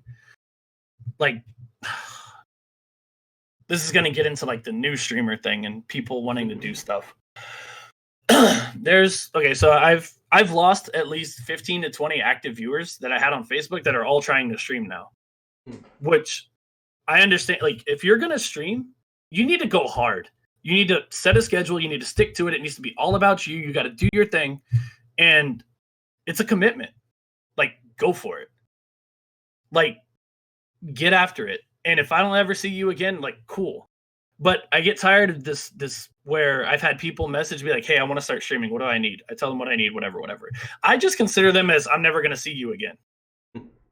I shouldn't see you again. You should be grinding your stream. Maybe I'll see but you should be grinding your stream, trying to grow if you're seriously trying to commit to it. But what really gets under my nerves is like some of these people that try to be or like are trying to be a streamer. Is he sweating from coach? Stop. If like they're trying to be a streamer, they do this thing where they pop into your chat, they drop you 111, say hey, and then they like, oh yeah, by the way, I'm here, and then 2 minutes later they're gone. And it's like, yeah, I'd rather you like not drop me any Leno and actually just hang out in the chat. Mm-hmm. Like keep your 111, keep your Ninja Guinea, whatever. One thing that really annoyed me a long time ago, there was this guy doing a giveaway, and never talked to the guy, I never hung out with him. I knew about it and he knew about me, but he just like came into my chat, dropped like 2,500 Leno, and then just like announced that he's doing a giveaway on his membership. And I'm like, what? That like, why? It's one of the things you're not supposed to do as a streamer. But it gets really frustrating to like see people like, and these are people that you like they were fans of you at one point. They were there in every stream. They were hanging out. And it's like, all right, cool. You want to go off and do your stream. You don't need to come into my chat, or really it happens in my chat, but it happens in a lot of other streamers' chats too. It's not just me. They go in there and they try to do the little self-promotion thing. And that's like the number one written rule. Like the number one written rule is like, you don't self-promote in some chat. Well, I'm not really self-promoting. I'm just trying to say hi. No, you're not. Like it's like, if you're going to be a new streamer, like you need to get out there, you need to do your thing, you need to grind, and you need to not try to just go in other people's chat and say, hey, I'm starting my stream. Well, I've talked about this with other guests on the show, and there's definitely a streamer etiquette, and there's a way to network properly, right? Like if you're in another streamer's channel, it should be to get to know that streamer, not to try to steal some of their viewers. Well, it's not even about stealing the viewers. It's about like, because most of the time I like to think that I've made that connection enough with my viewers that like that they wouldn't just waltz away like that. But like some of the people that do it are people that like were there watching me daily. Like I could probably, not that I'm going to list their names, but I could probably list 15 to 20 people that are trying to stream on Facebook and DLive right now that used to be avid viewers of me that have come into my channel one time or another and tried to do the little self-promotion thing. And on stream, you like, that's that 95% versus that 100%. On stream, you're like, oh, hey, yeah, go have, good luck with your stream, have, good luck, GG, whatever. Where you want to be like, yo, get the hell out of here. Like, if you're here to drop me 111 stream, like, I don't want you in my channel. And that's just the real part that like you want to say all the time, but you just can't because you don't want to appear like a giant dickhead on stream all the time. Well, I mean, I was a Marine sergeant. Sometimes I say things that maybe I shouldn't say. I mean, I'm all about being honest. If somebody's going to come, like if somebody's just drops in that you don't know and you've never seen and they're rude, I just delete it and move on. But if it's somebody that I see on a regular basis and that I like, but I would like to help correct some of their behaviors, I'll take the time out to say, hey, that's messed up, and say why. Because I feel like some people, like when I first started on DLive, I didn't really understand streamer etiquette. I had never streamed before. Right. So I made some of those mistakes, where I went into other streamers' channels, I'd hang out and be like, all right, I got to go. I'm going to start streaming. And I would say it just as like a matter of fact thing, right? Not as a, hey, I need you in my channel. But then I found I had a streamer get mad at me and talk to me through Discord and be like, that's messed up. And I didn't even know what I had done. Right. So sometimes it's good to help teach new people about streamer etiquette, but if somebody knows better, then that's, it's a good time to just get rid of them. Yeah, like you try to do it in a good way. You try to be as nice as you can without looking like an ass to everybody. And another thing that like newer streamers or hell, even some streamers now that I can think of, like originality is a thing. Like you need to be original on your stream. Like wanting to be somebody else so badly or wanting to like copy their things is like that's not going to get you noticed. Like the only way it's going to get you noticed is like, oh, you're just copying what somebody else does. You can't come up with your own thing. You're a loser. I'm not going to be here. Like if you're going to be a new streamer, get your own thing together. Like, or at least get something that's not like widely known that another streamer does. Like just outright copying what a streamer does, that just makes you look silly. It makes you look bad. Yeah. So we're talking about being original, right? Like I've had this in my channel, I'm sure you have, where somebody comes in and says, their first question is, how do I start streaming? And their second question is, and what do I stream? I don't talk to those people. I don't have time for you, right? Like if you don't know who you are or what you want to share with the world, then you're not ready to start streaming, whether you have the equipment or not. Right? Like just if you're jumping on streaming because you think you're going to be rich and famous, you're going to be sadly mistaken. No, you shouldn't. Like streaming shouldn't be about, I guess ultimately like years and years or whenever way down the road. Yeah, maybe you want it to be profitable. But if you're trying to like stream right now and you think, oh, I'm going to make money, I'm going to do this, I'm going to do that. Like you're in it at you're doing the wrong thing. You're in it for the wrong reasons. What would you say are the right reasons? Generally it's just showcase your skill, build a community, hang out with some people, and if you get past all the building blocks, like okay, so like I said, I was like step like 6 out of 10 right before I consider myself a successful streamer. Step 1's like, get a good name, get an original name, get something that's unique to you. Like step 2's, find your platform and just start streaming. Like where I'm at right now, step 6 was for me was make verified partner on DLive.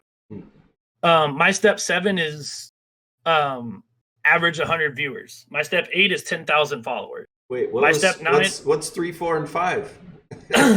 we skipped some. Yeah, I was just trying to get to where we're at now. No, I know, but we want to help all the new people. So the first part is get a unique username, unique name, and then the second one, pick a step platform. 2 was pick a platform. Right. Step 3 was find a game you like, find a game you enjoy playing that you're not gonna. Step 4 is to learn how to generate chat and not just read chat. Like I was talking about earlier, how I was just talking and talking and talking and talking, and people are like, who are you talking to? And that generated chat from those 2 people in my chat because they weren't talking, they were just watching. Sure. But because I was just chatting away, it made them type, it made them comment, and I actually got to have a real conversation with them. So was that step 4? Step 5 was like hit a milestone. Shoot for 1,000 followers. And then if you're following all the steps before that, step 5 should be easy. Sure. Step 6 should be like for me, my step 6 was getting verified partner, and I made the verified partner. Step 7 for me is to get 100 active viewers. Step 8's 10,000 followers. Step 9's 1,000 active viewers, and step 10 will be about 2 or 3,000 active viewers, and that's when I'd consider myself to be a successful streamer. When I can hold about 2 or 3,000 people, I'll consider myself successful. There's some people that hold 20, 25 people that come on shows, or they'll sit there in their stream and talk about how they're a great streamer, and it's like, dude, you have 20 people. That's at 25, 30 people. Like if that's your level of success, then congrats, you made your level. But to me, that's nowhere near enough.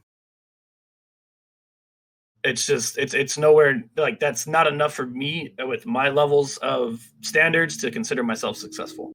Like, I have a long way to go. Well, so Now I'm having a good time on DLive. I have a great community. I'm having a lot of fun. I'm having a lot of support shown, and I'm well on my way to success, but I'm not quite there yet. well, let's talk about the difference. So between, say, 25 or 30 viewers and 1,000. With 25 or 30 viewers, like, I like to play Jackbox games, right? Interactive games with my audience on Thursday nights. Most of those games can only handle like 8 people in them.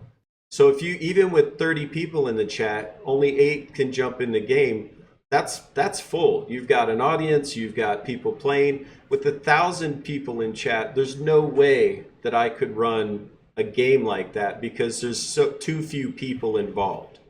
So there's some, like, a romantic side to having a small audience that you can be intimate with, you can communicate with. You know, like you said, you can rotate them in and out of the games when you play with the viewers. But if you've got 1,000 people in your chat, 2,000 people in your chat, how do you keep up with that in the community? Well, if I was going to play PUBG, I would host like tournaments. I would do like, kind of like how they have customs right now. I would do like a bunch of customs, have people play on my team, have people play against me. Cause like, more people want to kill me more than they want to kill somebody with me.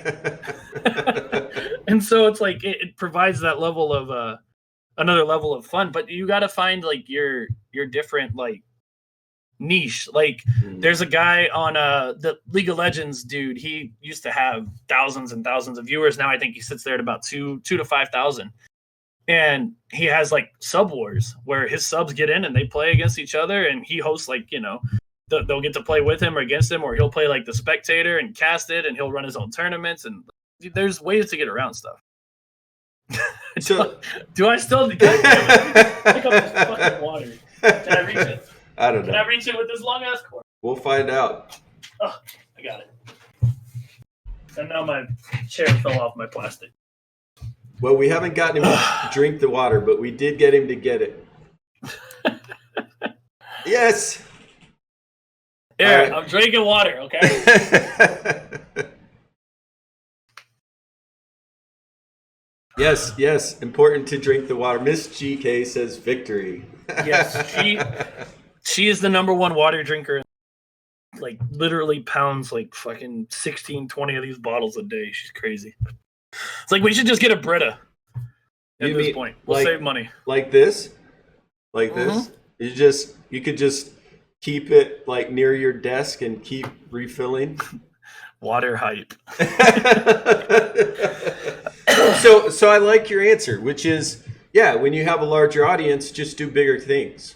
Yeah, you have to find some way to do it. And another thing is, like, the community will have to understand that at a certain point, you're gonna try your best, but you're not gonna be able to get through everybody. And that's one thing I've already learned a little bit with my community, because I had follower games for a long time, and excuse me. And when Facebook finally gave me my sub button on Facebook, one of my perks for being a sub was you get to, on follower night, you get to go to the front of the line. That was one of the perks for, sending me $5 every month. So, but it got to the point where I had like 40 subs on Facebook, and every follower night, all the subs were showing up. And so it made me feel a little bad because I could never just get to the followers, because all the subs were there, and the number one perk for subbing was jumping ahead in line. Right. And so it got to the point where I was like, well, now on Facebook I had the 40 subs, and it's like I never got to any followers. I was always playing with the subs. Like, well, we're just going to change it to sub night. And if sub night gets too big, then I'll extend my hours and I won't stream 6 hours sub games. And now on Facebook I have 70 subs. Wow. And so, like, a follower night is, trying to do followers would be really rough, because that's my subbing. That's what I told everybody. And it would be kind of like, it would be an asshole thing to tell them, like, okay, well, no, I'm not gonna, you're not gonna jump in front of the line. to play with me because I want to play with other people. So, and like not everybody can sub, but Right. it's $5, or on DLive it's about $5 the same. It's like I'm pretty sure most of the people that watch me are over 18. Probably all have a job. You could probably spare the $5, right? Not that I'm trying to tell you that you have to sub to me, but it's like it makes everything like easier to like keep everything in line. And it makes it easier for me to get to play with everybody that's there. Because when you have, like, I had 3,000 followers on Facebook, and I have about 2,000 something on DLive. Most of them are the same back and forth. But if all of them showed up, there's no way I'd have enough time to play with them all, playing the game that I play. Right. Now, if like Call of Duty came out and I went and played Call of Duty and we did Ground War's got like 10 people per game or per team. So I could get like 9 other people in there with me, and maybe I could rotate it faster like that. But currently playing the game that they all enjoy to watch, they all enjoy to play, I wouldn't be able to do it. Well, the other thing about, people subscribing to you versus just following is, like you said earlier, with the global partner, your chat is why we succeed. It's why we hit verified partner. It's why you hit global partner. And it takes their help and support. So if they want to see you at that level, they have to spend money. They have to, sub. They have to donate. They have to spend their time in the channel. I mean, those are the measures of success when it comes to whether you're a successful streamer or not. But Right. there's a fine line in there, and maybe you could talk about this. There's definitely a fine line between knowing you need their support and also talking down to them. Like, why haven't you subbed? Why aren't you subbing? Why aren't you donating? Like, you know what I mean? That's one of the unwritten rules or taboo, if you will, that you don't talk about. Because like, how do you tell somebody, hey, give me your money or else? Like, right. Like, how, like, you don't. So for me, it's never been about the subs. The only reason like subbing is important to me is so we can do sub games, because it keeps it cleaner, it keeps it easier, it makes it flow better, and I don't have to feel bad about like people at the end of the stream not getting in on the games with me. Right. Because it helps. Because the last time I did a follower night, about 2 weeks ago or something, where it was just like, all right, everybody can play. I'm picking up 2 subs and I'm picking up and it's like, but we're only playing one game because there's so many of y'all, and I don't want so many people to miss out if they're here tonight. And it kind of like hurts a little bit when, like I said earlier, somebody dies early. Damn, that's their one game with me for tonight. Fuck, I want to give them another chance, but I need to be fair to everybody. And with the sub games, it just made it easier to like keep that in line. Maybe made it where I could get 2 games in with everybody and be able to like express my thanks with them and hang out with them. Right. So if you were going to, I'd like to switch gears just a little bit. For any new streamer, anybody watching this stream that's never streamed before that wants to, or maybe they're a new streamer and they're struggling. I always ask the same question to every guest, which is, again, a 2-part question. What's the one thing that pops to your mind immediately? Don't do. It's going to screw you up for streaming. And what's the first thing that comes to your mind that will help? There's actually a few things for don'ts. Okay. Streaming is an art. Don't sit there and just stare at your screen and play. Because somebody's going to come into your chat and it's like, they'll watch you play the game for a second, but if there's nothing for them to latch onto, they're not going to stay. Like, you need to have some form of like I said, just the biggest tip I think I can give anybody is just don't shut up. Just talk. Tell them what you're doing. Tell them why you're doing it. Tell them what happened. Tell them about your day. Make a joke. Do something dumb. Like, give them something to be interested in when they show up in your chat. Another thing is like, follow for follow is not one of the things that's gonna like really get you anywhere. Because if you're telling follow for follow, well, that's another streamer that's gonna follow you. That if they're doing their job right, they're not gonna pay attention to your stream because they're gonna be paying attention to their stream. Right. They'll be paying attention to growing their channel and how they're not gonna have time to go over there and watch you. Which is kind of like one of the issues I have with some of the people who want to be streamers from my community. Is like they message me like, hey, I'm starting to stream, blah blah blah. Hey, you never come over to my stream. It's like, yeah, well, I don't have time to. Like I have my stream to worry about, and I have my stream team to worry about, and I have a real life, and I have a job, and I have a wife, and I have a kid on the way, and I can't be there to help you out and do all the things that you want me to do for you. So you got to learn how to stand on your own or do this on your own. And most of the time it's like a pissed off message back at me like, man, I've supported you for a year now and you can't show me this. It's like, dude, I don't have time. And if that's all you were wanting was for me to support you and then, or you support me and then me like come over and hang out with you, I don't have the time to do that as much as I would want to. And I guess another thing like new streamers should like stay away from is, well, I guess it goes back to the originality thing. Like, be yourself. Try your best. Try your best to take as little as you can from other streamers. Take as little like the whole yeet thing that I do. I got that from another streamer, but I got that from a streamer that was like that's on a different platform that most of my people don't even know existed. Like they don't even know who the guy is. So it's like it's unique to me, to my viewers. But if you're over there copying like I don't know, Zonda's up here on the list. If you're over there copying, other people are going to come by and be like, oh, why are you copying Zonda? Just do your own thing. Yeah, people. Or like if you're over there copying Enforcer J, you know, they're going to be like, oh, why are you copying Enforcer J? Just do your own thing. Be yourself. So I guess that's like 3 of the like really like the don't do this type of thing. Okay. And what was the other part? What should you do? Yeah, what should you be doing to be successful? Well, I mean, like the kind of like the steps I laid out earlier, you know, can latch on. You know, find a game you really like, and the best tip I can give is probably just don't shut up. Like talk. Give them something that whenever they're coming into the chat, they're not just watching this. Right. And then they get bored and leave.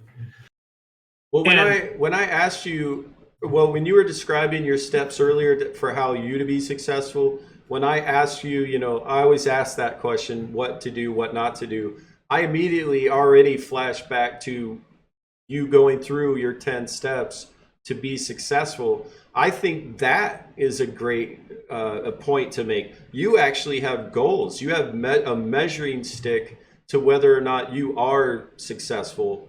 And it's an ever increasingly more difficult thing. So I think that alone is important. You have goals. You know them. You can recite them. You know where you are on the steps. It's important. That's powerful. You're the first streamer I've interviewed out of more than 30 now who has specific goals and is following them. Yeah, and I think that's what sets me apart from most people is the way I do things. And you can try to emulate some of the stuff I do. Like if you want to be like me, try to emulate, but just don't outright copy something that's like unique to me. Sure. Like following the steps, just talking to your chat when nobody's there. That's something that's not unique to me. Everybody does that. All streamers that started off probably started off doing that thing where they were just talking to their chat. That's not unique to me. You can do that. Anybody can do that. But like, you know, taking something that like, you know, Zonda used to do like the heart thing every time he got a follow on DLive. And then I started watching other streamers on the platform, they're doing it, and I'm like, oh, you just look so bad compared to him. Because like whenever he does that shit, he's like full force at it. Exactly. He's like 100% committed. He's like, he knows he looks like a little silly. He knows he looks a little dumb, but he's like full force committed to it. And like that makes a difference than somebody who's just sitting there like, oh, thanks for following. You look dumb. Right. Like you need to be full committed whenever you do this stuff. Yeah, so take inspiration, but don't steal. To the best that you can. Like I said, my Yeet thing came from somebody on a different platform that nobody knows of, that if I said his name right now, probably 2 or 3 people would. And it's something that I can make it look like it's unique to me.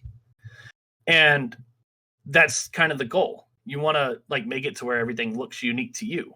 Sure. And you give somebody stuff to like latch onto. And I guess some of the that's just one of the mistakes that they can make. I think you asked something else in that question there, and I was trying to remember. No, you nailed it. We were talking about what not to do and what to do. I think you've covered both very well. It's best of my knowledge. I think that's how it should work. Sure. So I always open up the interview later on to questions from the audience. So just going to put that out there. If you guys have specific questions you've always wanted to ask, GK, now's the time. Start filtering those into chat, and we'll grab them as we go. But one question I always like to ask, if you don't mind sharing, what's your first name? Aaron. Aaron? Aaron. Aaron. It's in my bio. Okay. On my About Me section. And do you mind if people call you Aaron? Do you prefer GK? You call me whatever you want. Just don't call me late for dinner. Okay, I've heard that before. I like it. I mean, Keshin, GK, Aaron, it really doesn't matter. There's a guy in my chat that calls me fucker, so I like him too. So, and I call him fucker too. So it's like this me and Skull. It's great. That's awesome. So do you have a regular streaming schedule that you could shout out? Yes, real quick? and that is one of the things that like newer streamers really need. That's actually another point. I'm glad you brought that up. Having a schedule is probably one of the most important things when you're trying to stream.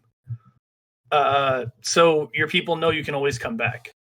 When they can always show up at that time and be ready to go. So I do have a streaming schedule that's I have 2 nights where I'm guaranteed to be there at that time.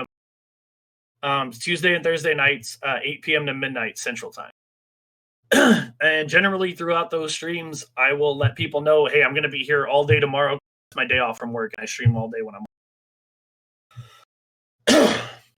So, but my schedule is Tuesday, Thursday nights, 8 to midnight every time. And then sometimes I get off work early, and those are streams that I can't really plan for. So I just pop in, I stream for 3 hours, and I'm out. But I can plan for the days where I'm off, and I tell everybody, hey, I'm off all day. I'll be here. I'll show up then. But having a schedule is really important. So like your people know if they get entertained by you, yeah, they hit that follow button, but maybe they missed that notification, but their brain says, oh yeah, he's on at 8 o'clock. Right. So far the questions are what I would call trolling. So yeah, I told you this is my chat. So Liberal Sanity Project wants to know if a train travels south from Portland going 80 and a train leaves Kansas City going west at 60, how long before they intersect?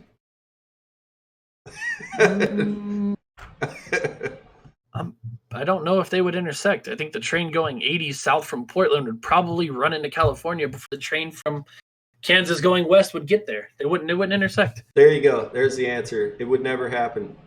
It's probably too far of a distance. Beer Hunter wants to know, where's my beer? Beer Hunter actually owes me a beer. He popped into my stream one day and he's like, if you win this match, I'll get you a beer. And I was like, all right, cool. So I put my little try-hard pants on. I end up winning the match. And he's like, all right, so okay, I'll get you a beer. Where's there? Yeah. He lives all the way across the world. So Beer Hunter, where's GK's beer? Exactly. You asked that question incorrectly. He knows he owes me one. So someone's saying, tell us a story about how your support of your supporters made a difference in the community. So you loving on the GK Army. I think this is one of those things I don't talk about because I don't try to be a cocky, person. I try to stay humble as best I can. Yeah, I do show a lot of love for my supporters. I give away wristbands. I give away the cups. I pay Jeff for the cups. I give away the cups. I give away hats for just randomly. It's not something that I announce before the streams. It's something I do in the streams. Like, hey, thanks for being here. For you, thanks for hanging out. Some of my longtime fans have gear. And there was I actually was doing a solid state drive for the Xbox, which is really good for PUBG because PUBG is a game that's probably not meant to be on Xbox because it's too much for the Xbox to load in yet until they come out with like their Xbox. And I did a sub giveaway, and one of my subs said, "Hey, I already need it. Maybe you should pick somebody that needs one." And so I went through my list and I couldn't think of anybody that needed one, but I remember that my buddy Potsy was always complaining, well, I can't jump boot camp. I can't do this every time we go because it's too hot and the buildings don't render in and stuff like that. So I sent Potsy, who's in Canada, the SSD. And that was like $22 for shipping or something like that. It was $14. And it's like, but I don't mind doing that for somebody in my community that's been supporting me for so long and hanging out.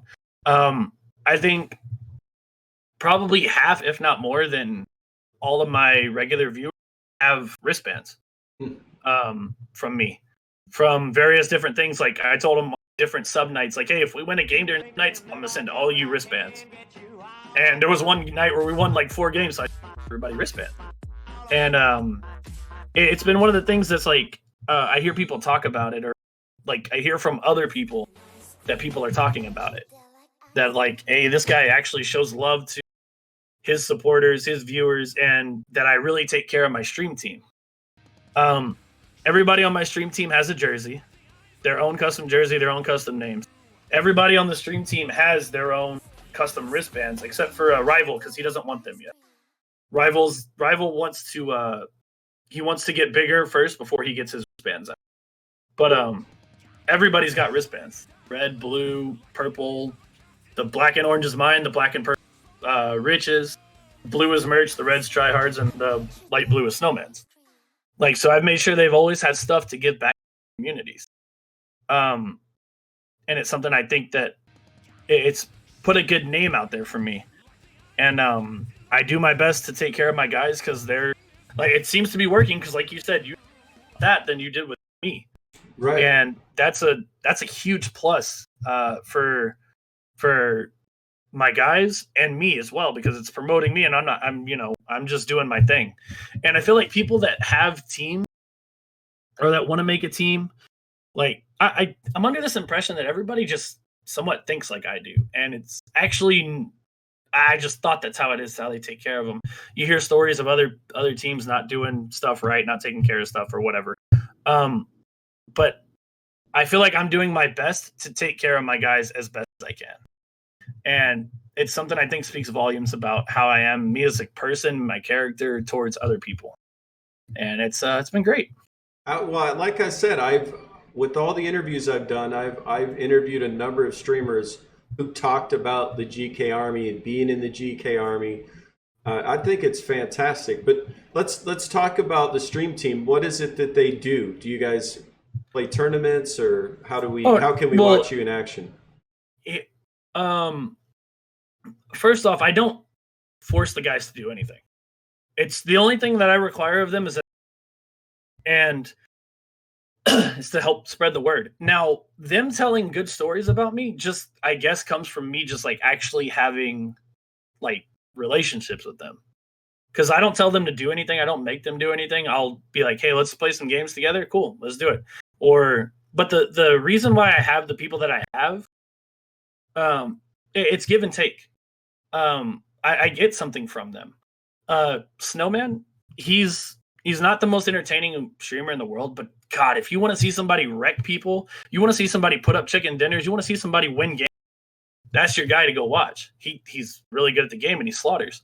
Tryhard's the goofy, funny guy that everybody loves. Like, I love Tryhard. He's great. He's good at the game too, and he brings that quality to the stream. And with Merch, like Merch and I were just like, Merch basically walked onto the stream team on his own. Like he kind of invited himself, but I wanted him anyway. But I didn't. But it was like that's what I wanted. And but with Merch, it's like he's like the biggest advocate for the stream. He's always talking about it. He's got the biggest logo. He's hilarious. And what he brings to like what I can get back out of him is like, yo, he's the merch guy. If the merch guy is rocking my logo, everybody's gonna see it. Yep. And like I can help Merch out, get viewers, followers. He helps me out with the promotion. Which brings me to like Rival. The other guy on the stream team. He's been taking a break from streaming the last like month because he's moving out of his house and people moving out of that house into another. Like it's just he's moving around so he can't stream. But Rival brings the variety factor. to my stream. He streams other games. He streams Battlefield. He streams Call of Duty. So that helps me get to other places where I wouldn't get to. Sure. And it helps me. Also, if you check out just about, I think every single one of these guys, I'm in their top. I'm either top 3 or top 5 for all of them. And it's like, it's my way of saying thank you for being part of this team and helping me out, helping me grow, and helping you guys out. Actually, that's one thing that's well known about you personally, God Keshin, and the GK Army is they are generous. They do support each other through direct donations and viewing, and like a family would. And it's nobody's ever expecting anything. Nobody wants anything, but it's like, yo, this is the best way I can. This is the best way I can show my support, other than promoting you on Facebook or Twitter or DLive itself. It's like, yo, dude, this is here. You deserve this. And most of that comes from one of my highest, well, not one of my highest donator. Like, I've been able to be extremely generous because of my highest donator donating to me. I think my total earnings is something like 0.6 million Lino. And I think I've pulled about 200,000 worth of Lino in cash. And I've almost locked 1 million Lino. So I've given away probably close to 1,000 Lino. How much you cut out? So I've given it out probably close to like 400,000 Lino. Wow. I think. That's amazing. And yeah, and I've only been able to do that because of the generosity of me.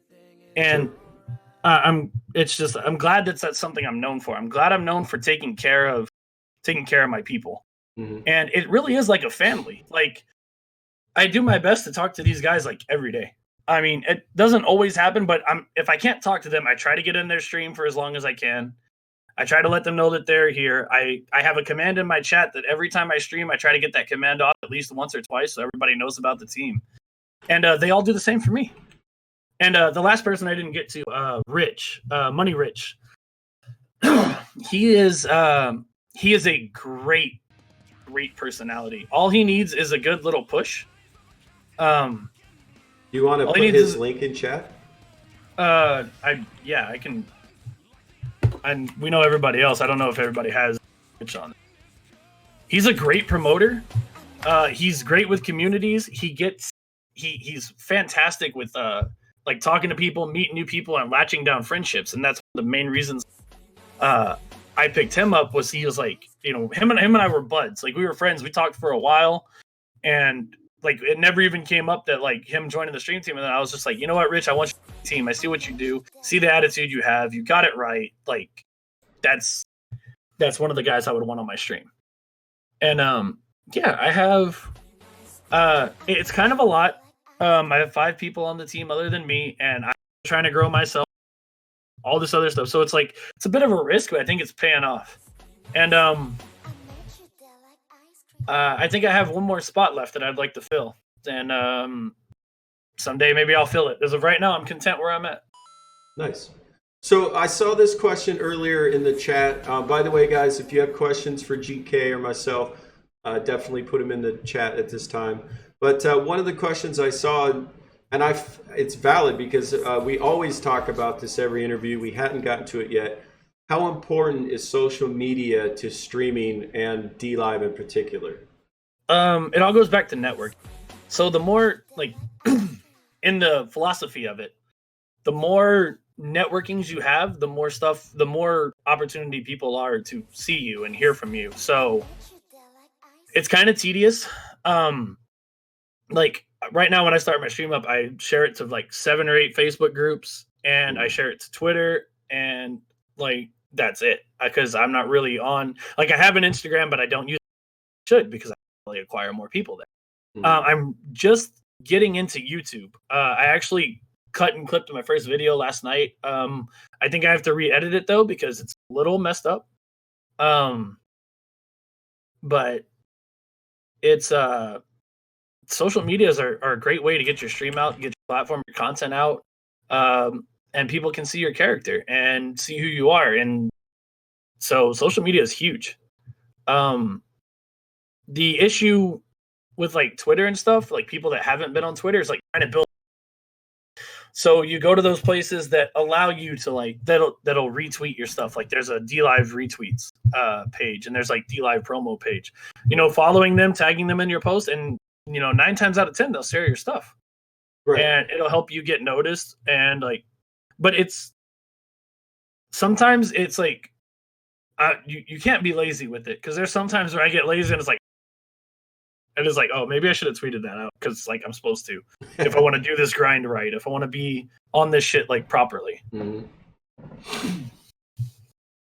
Well, something important to talk about for DLive and anybody that's new to DLive, you need to use Discord. If you don't know what Discord is, it's a voice chat. You can do video chats. You can have message boards.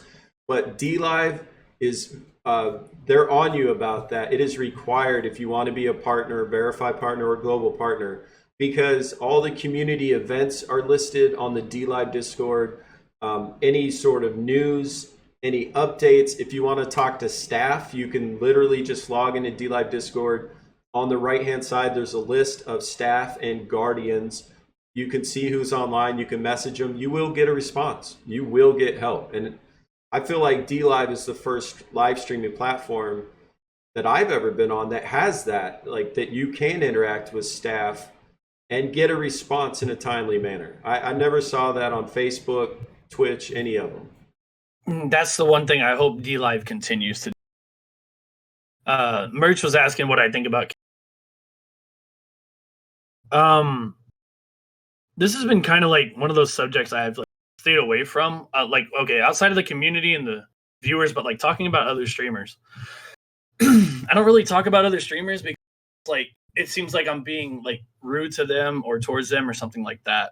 But like DLive shows a lot of character of some of the streamers. So like if you're a streamer on DLive, you got to be careful. If you get caught up in the donations or you get caught up in the hype around getting massive amounts of Leno here and there, and then like suddenly people start noticing that your attitude is all about Leno now, it is going to hurt your stream immensely.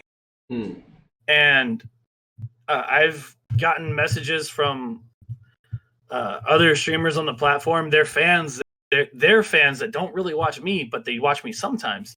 Hit me up, was like, hey, have you noticed a change in so-and-so? And I'm like, yeah, I'm not going to talk to you about it, but yes, I've noticed the change. And the reason why I don't want to talk about it, because there's this whole gotcha. I'm going to screenshot your stuff and send it to everybody, show that you're talking shit about everybody. But like, there's a few people on DLive in particular that I can think of that have suddenly become less about community, more about their Leno grind.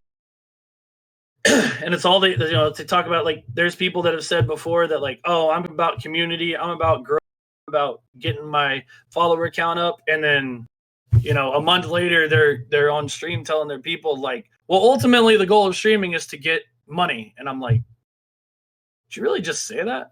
Yeah. I'm sitting there watching their stream, laying in bed watching the stream, and I'm like, did you really just say that? Like, yeah, maybe that's like, yeah, I guess that is the ultimate goal, but that's something you just tell your viewers, because then they think that's the only thing that matters to you. And then if like certain levels of donations, like I try to call out everything. I do my best. I miss some stuff, I'm pretty sure. But like some people feel slighted if like they give you, a lemon and you don't call out the lemon, but they give you an ice cream and you call out the ice cream, and then you give them a diamond and they go nut. The streamer goes nuts. And like, yeah, I guess you're trying to show your different levels of support, maybe for the support you get, but like you should be ecstatic about all of it. Yeah, that's somebody taking their own money out of their own, donating it to you. Like you should be like taking the money out of it. You should just be the most supportive about like the time they're giving you on the stream. Mm-hmm. Well, actually, that's a point in with these fireside chats.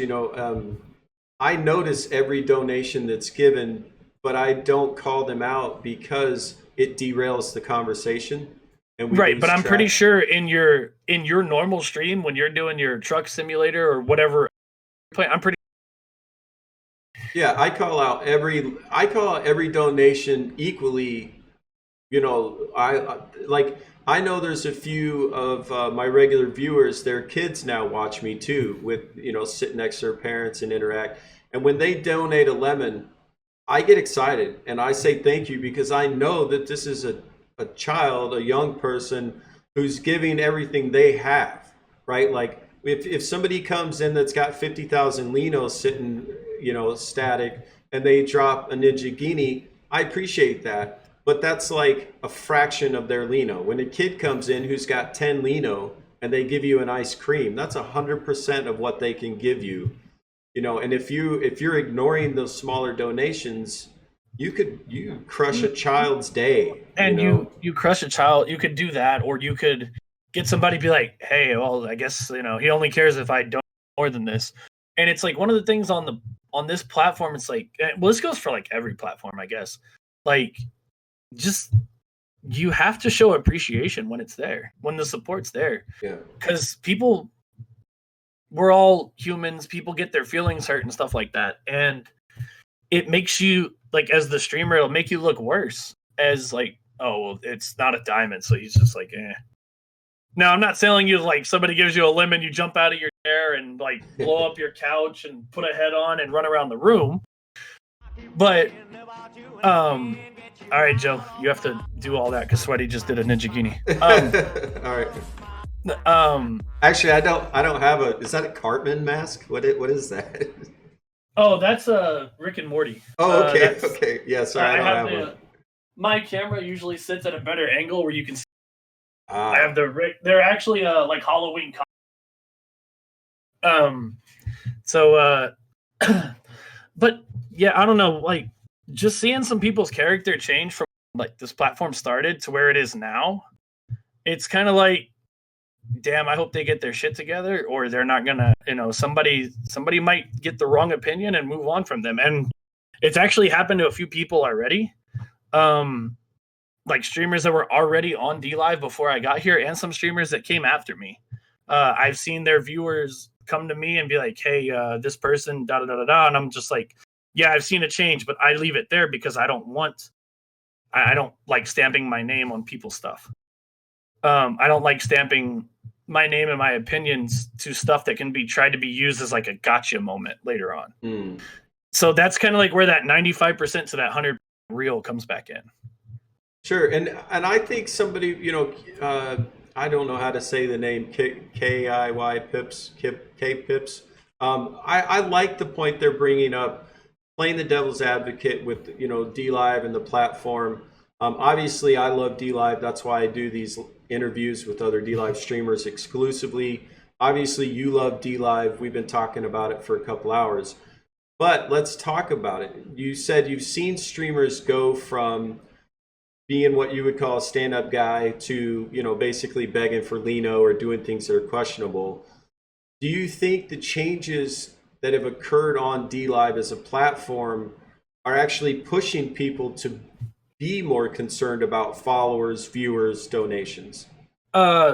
Certainly. If global partner is the end all be that, then yeah, they're gonna try to like do the kind of selling out or whatever way they can get there. But like, if I can stress like any point to like somebody, like, you need, like, global partner is awesome. It is amazing. I'm glad to be here, but it's not the end of the road.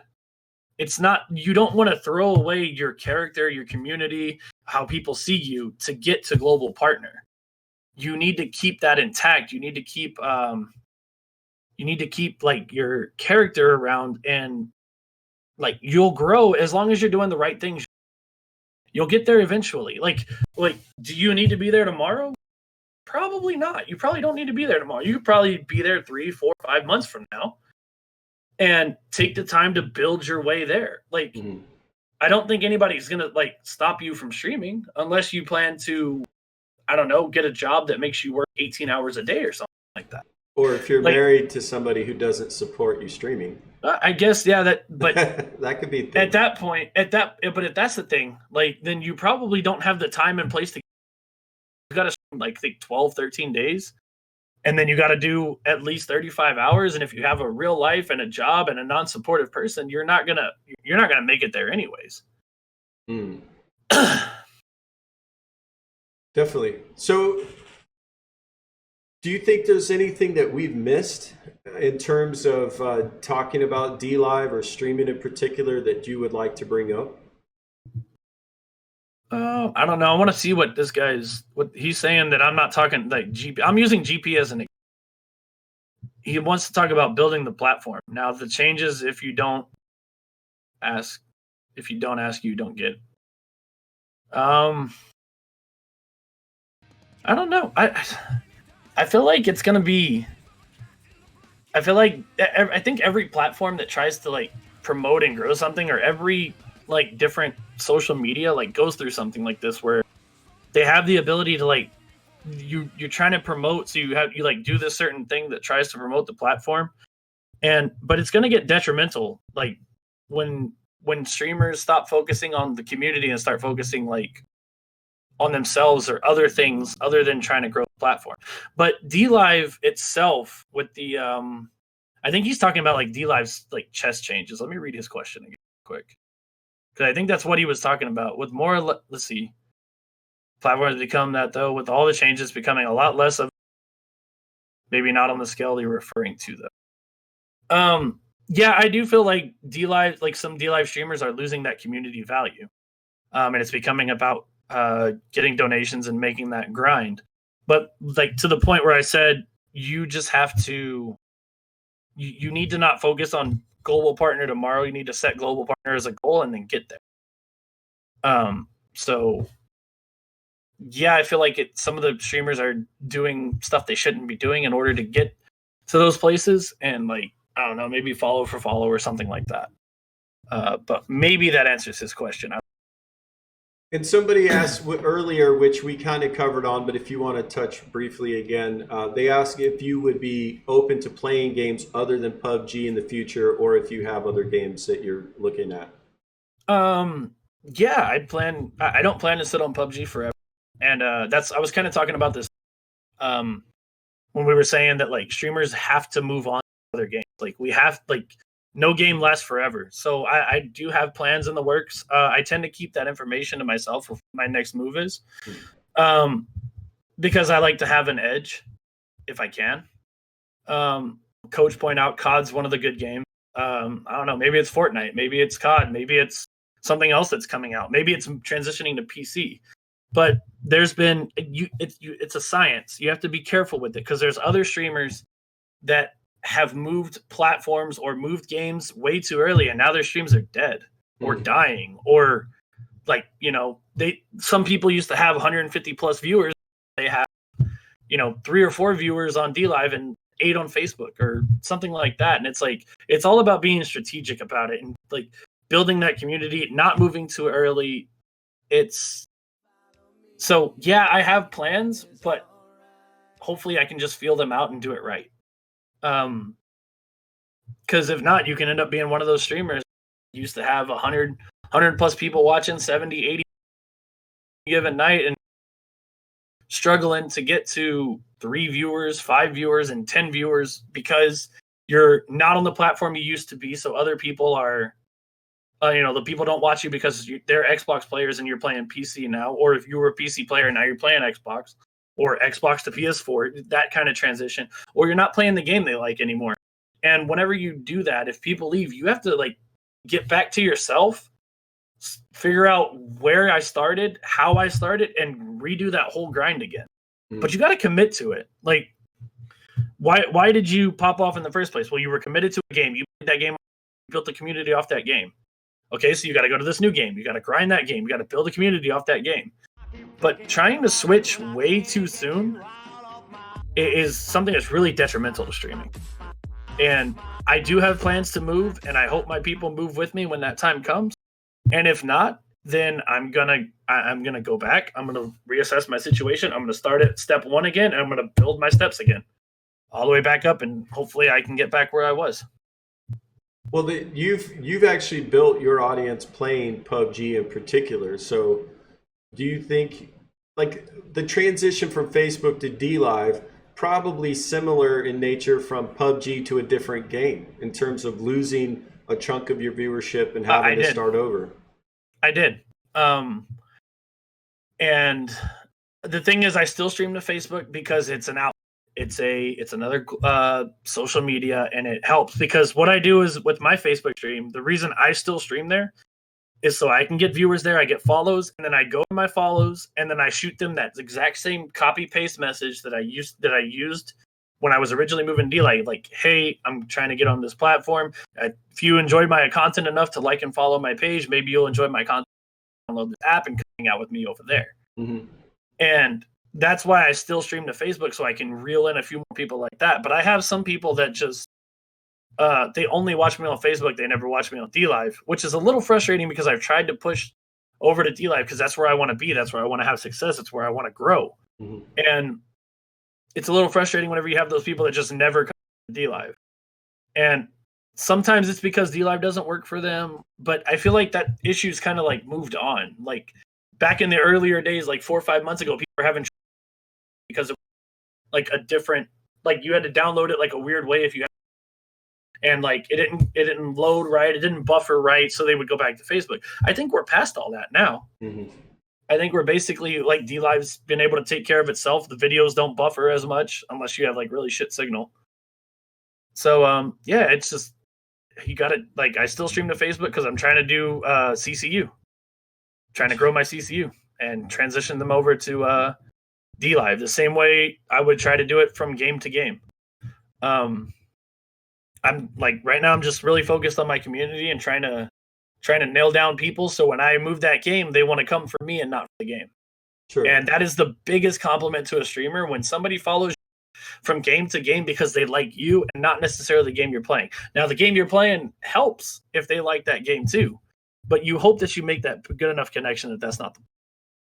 Well, and I find like I'm only on DLive. I found DLive because my buddy Luke, who you guys know as LT Zonda. Yeah, Zonda. I've been watching him for years, hanging out with him on Twitch, playing games together. And he said, "Hey, I found this new platform. I'm going to transition over."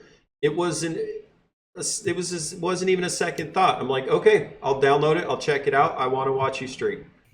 And then I found how awesome DLive is and wanted to stick around and start streaming, but I think a lot of viewers on DLive got here because of streamers like you from other platforms transitioning over and bringing their audience with them. Yeah, it's like one of the things that's going to like promote and build the platform.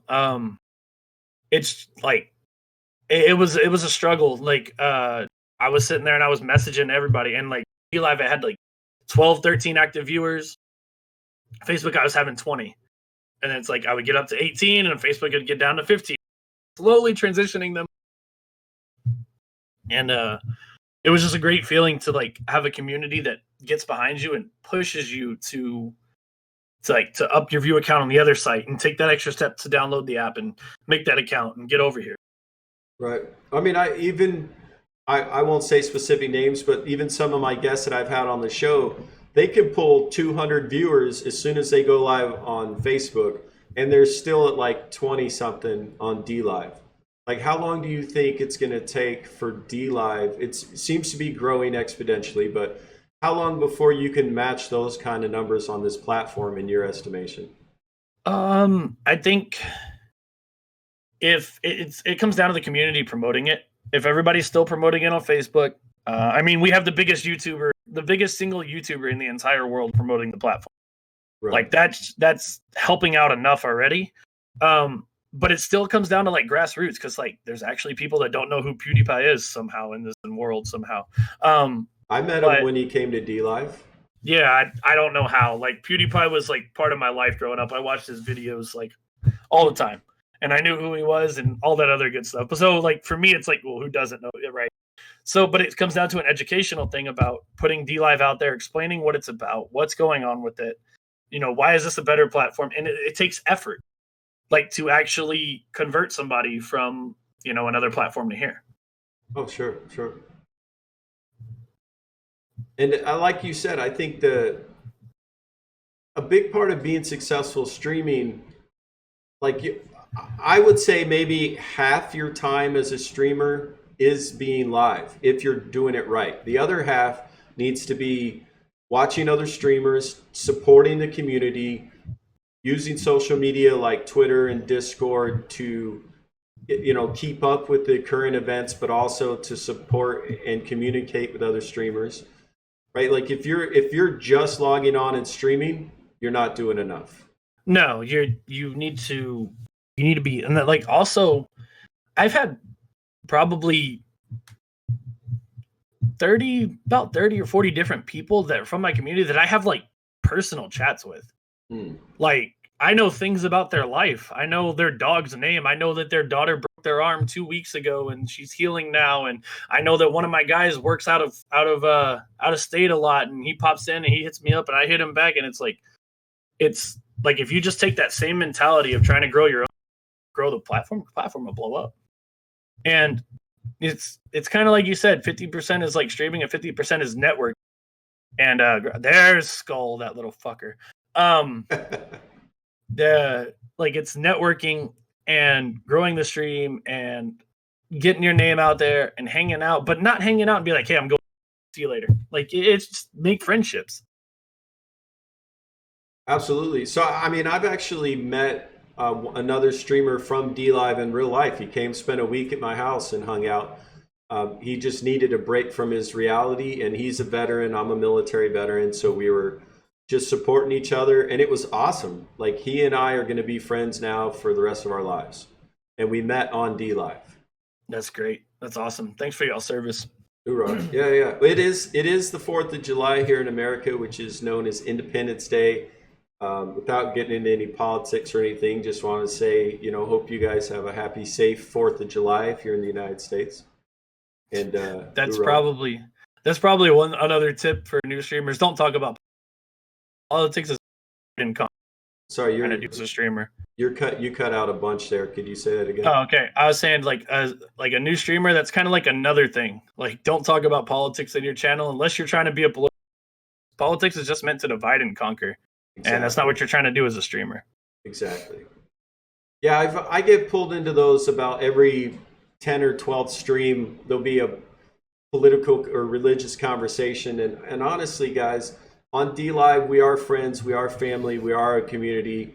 And like GK said, politics and religion is a very emotional, very polar type of conversation, and you will divide your chat. And it's just not good for you. So, like he said, if you're trying to be a political channel, that's about the only place it works. Right. And you guys have to remember, like, I had somebody come in my channel and ask me what I thought about the Brexit deal. Well, I'm from the United States. I don't know what the Brexit deal is. I've heard of it, but I don't watch TV. I don't know. I can't talk about it. I don't want to talk about it. The thing about DLive and live streaming is we're providing an alternate form of entertainment, right? An interactive form of entertainment where, like, YouTube videos, television, things like that, they're just feeding you information, but you don't get to interact and get that return of energy. So with DLive, the beautiful thing is you guys ask questions, we can answer them, like, immediately. It's a very interactive give and take. So you're as a viewer, you guys are just as important as the streamer. Without you, there is no show. Yeah, and the streamer can be as good of a player and as good of as they want, but if they don't have a community to latch onto, we're just guys who looks like birds talking into mics all day. Right. Yeah. Without viewers, we're just sitting in a room somewhere talking to ourselves. Just saying. It's you help it not be a mental condition by talking back to us. Basically, that's kind of like what those two people, when I first started, thought I was going crazy talking to myself. But yeah, I don't know. Just if you're trying to be a new streamer, just maybe go back through, watch this, pick up some things that I've said, or don't listen to me, whatever you want to do. But I think I provided enough information to maybe help out. Plus all the other podcasts that Joe's done, I'm pretty sure there's good information in there on his YouTube pages and all those videos that you can learn from. And if you're gonna try to stream, full commit to it. Don't just half-ass it. Like there's one of my guys that wanted to start streaming. He started streaming. I got into his chat and I said something, and it took him 13 minutes to read what I said because he's not used to having people there in his chat. Not used to, but 13 minutes is a long time not to check your chat. Yeah, absolutely. And there, just so you guys know, there is a lag delay on DLive. They're working to improve it. Right now, it's about 10 seconds average. And the only time that really bothers me is when I'm trying to play like Thursday night game night, where I do interactive games with the audience, and there's a timer involved. That can mess you up, you know. So use an extended timer if you can for those interactive games. But otherwise, yeah, if you're taking a full minute, even a full minute to look at chat, people have said something, you didn't respond, and they've already left the channel.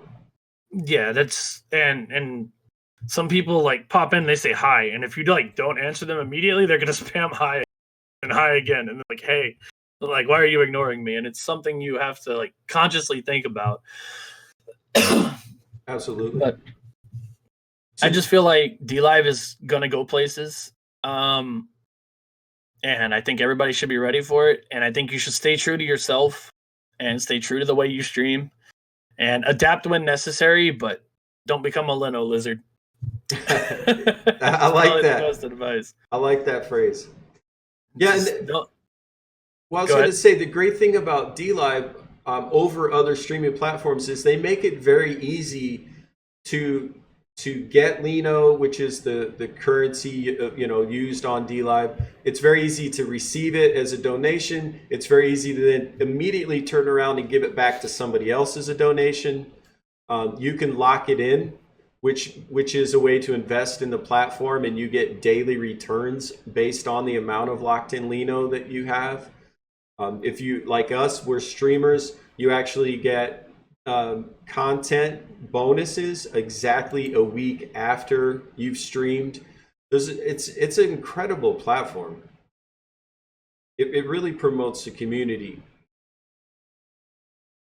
Uptime. I just like, if everybody would just focus more on like, there's a lot of good streamers on DLive that don't focus on this, but there's a lot of streamers on DLive that are only focusing on Leno. Like, focus on your community, focus on your people, focus on getting your CCU up. Stop worrying about, that's another thing, jealousy. Jealousy is kind of like a huge thing that plays a role in life, and it really plays a big role when you're on like a streaming platform, because you want to be successful as somebody else. You don't want to be as successful as them. Be better than them. You want to go past them. Stop worrying about what everybody else is doing. Stop worrying about their donations. Stop worrying about how much they stream. Stop worrying about what they're doing and focus on yourself. Build yourself. You need to, like, if you're starting to stream and you're so worried about other people and like if they're getting the viewers, the donations, the follows, you're not going to build yourself. You're going to have a bad attitude on stream. You're going to be worried about other things, and you're going to be sitting there, you're going to be streaming, and you're going to go over here, you're going to tab, and you're going to go to DLive, and you're going to go look at that person, and you're going to be paying attention to their channel and what they're doing. Like, that's taken away from stuff you're doing on your stream to build your stream. And it's going to hurt you. It's worrying about other people and not worrying about your chat so much is probably going to be detrimental to your stream more than it's going to help. Well, people notice if you're distracted. I mean, one thing that I would like to say to new streamers, get off your damn phone. Nobody wants to come into your chat and see you doing this. Yeah, like, exactly. Why are you streaming? If put your phone down. Pay attention to your community. It's a job. It's not supposed to. It's like, okay, streaming is what you make of it, and if you want to be successful, treat it like it's a job. You gotta treat it like it's an obligation. You gotta treat it like this thing needs your full attention. And I actually just last night, I was watching one of the guys I've watched a few times, and I went in there and he didn't have any viewers this particular night, and he's just sitting there on his phone, leaning over in his chair, got his phone like this, and he's just like texting on it, and there's like somebody that's there that's trying to talk in chat, and he's just not paying attention. And I'm like, it's a commitment. There's a process to it. There's there's reasons for why all this is done a certain way. It's I don't know, public service announcement. There you go, Grandpa Dave. It's just focus on the stream and focus on providing good content.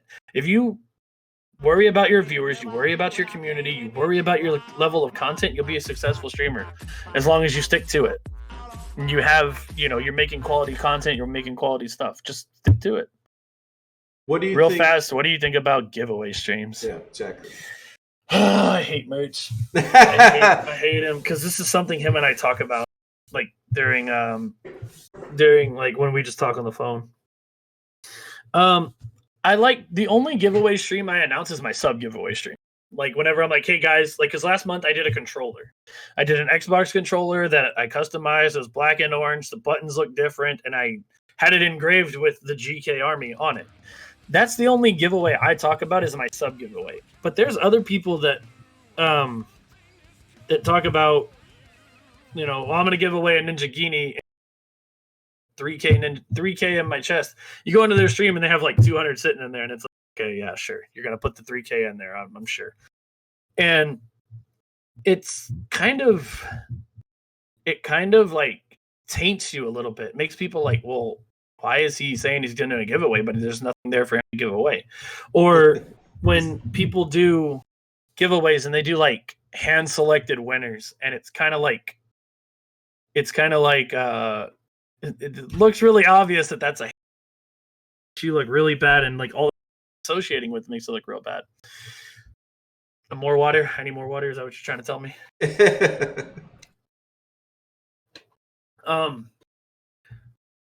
And I don't know, giveaway streams, like it's kind of like doing the follower for follower thing. Well, add in like clickbait titles to that. Well, because I think those go hand in hand, right? Clickbait titles, clickbait title, giveaway titles. It's I mean, you're gonna get the viewers for that day. You're gonna get the followers for that day. They're gonna hang out. They're gonna click follow to get your chest, or they're gonna follow you stream to get entered into that giveaway. But if they don't have something to latch onto other than that giveaway, they ain't gonna come back. And we've seen it time and time again. There were people with 900 active viewers during the crazy chest days where you could just put an infinite amount of money in your chest and buy as many followers and viewers as you wanted. There's people with 900 viewers in their chest. They open the chest and it drops to like 160, and they're like scrambling to put 5K more in the chest so the viewers will come back. They put the 5K more in the chest. They get back up to 400 or 500 viewers. And then everybody in chats, saying, open the chest, open the chest, open the chest. And the streamer's like getting frustrated with it. And it's like, but that's what you just did to your own stream. Right. And then you open it again and you get down to 80, 90 viewers, scrambling to throw more back into it. And it's like, you're literally just paying people to sit in your chat, to follow you so they can get the chest, and then they're never coming back. And it's kind of crazy because if you watch I think I did one chest, it was 5K, but it wasn't in my time. And what I did was I put my chat on slow mode for 2 minutes, and I literally modded every single person that was normally in my chat. So they didn't have to listen to that 2-minute timer, so they could interact more, so they could actually win the chest more. That was my strategy for doing it. Yeah, it was tedious, but I feel like that was Hold on, let's say that again, because I hadn't heard that, and I think that's awesome. Okay, so basically it's like when the chest came out, I was like super against it. And I was like, okay, you know what? Everybody kind of wants, like, some people in chat want, this chest thing. I was like, all right, fuck it. GK's Dope Fresh Prince just donated me like 50 million or 50,000 Lino. I'll put some in there. So I put 5K in the chest, but I don't say anything about it. And I literally modded every single person that would visit my channel. And so I had like 70 mods, 60 mods, like the people that would just pop in, like even if they just popped in for a second and left, I was like, okay, get in on this chest. And I put the chat on slow mode for 2 minutes. So the people that just showed up that were just there for the chest, they would get little to nothing from it. And my actual viewers would get the chest because they could ignore the slow mode and have the interaction and have the talking. And that was my strategy for doing it. I wasn't going to put it in the title. I wasn't going to put 5K Leno chest giveaway in the title. Sure. Just about every fucking person did on the front of DLive. Yeah, I saw one of that too. And I didn't put it in the title. I did it that way. And I opened it at the end of the stream. I told everybody, I'm not doing this till I get off. So when I leave, I'll open it. Y'all can have it. You can take it. You can go give it to everywhere else. You can do whatever you want. Yeah, it was annoying to sit there and mod everybody and to sit there and unmod everybody else and then have to explain to them why I modded them, why I unmodded them 17 different times in the same stream. Right. But that's the best, most fair way I could think about doing a chest like that. Actually, the way that I figured it out is the way I've been doing it here today during our interview, which is if we've got a steady number of viewers in here, right? Yeah. So what I do is, like, I'll do it again right now. The people that are here, they've been here for a while, right? So what's great about this, the chess thing that I figured out is I'll drop 500 Lino in here. I don't say out loud, okay, it's time for the giveaway, right? I'll just put it in, and as soon as it settles into the chest, I give it away. Because then you don't get the trolls showing up for the bonus, right? They don't even know it's happening until it's gone already. But that is a legit giveaway. That is something where you're not trying to buy followers, you're not trying to buy viewers. You actually want to just give back to your community, right? Because exactly. it makes because if the community grabs the people in the chat, they grab that 9 times out of 10, they're gonna toss it right back to you, and they're gonna donate to my streamer. I got to show that extra level of support that I usually couldn't. 9 times out of 10, those would be the people to give it back. Yeah, there's somebody to keep it, go to another streamer and give it to them. Shit, that's what it's for. Oh, wow. Actually, I just found something that I hadn't seen before. So I just tried to drop that in there and give it away to show you. But it says you have 4 more minutes to wait before you can open another chest. Yeah, they when they capped the limit at 10K per week, they also did that too.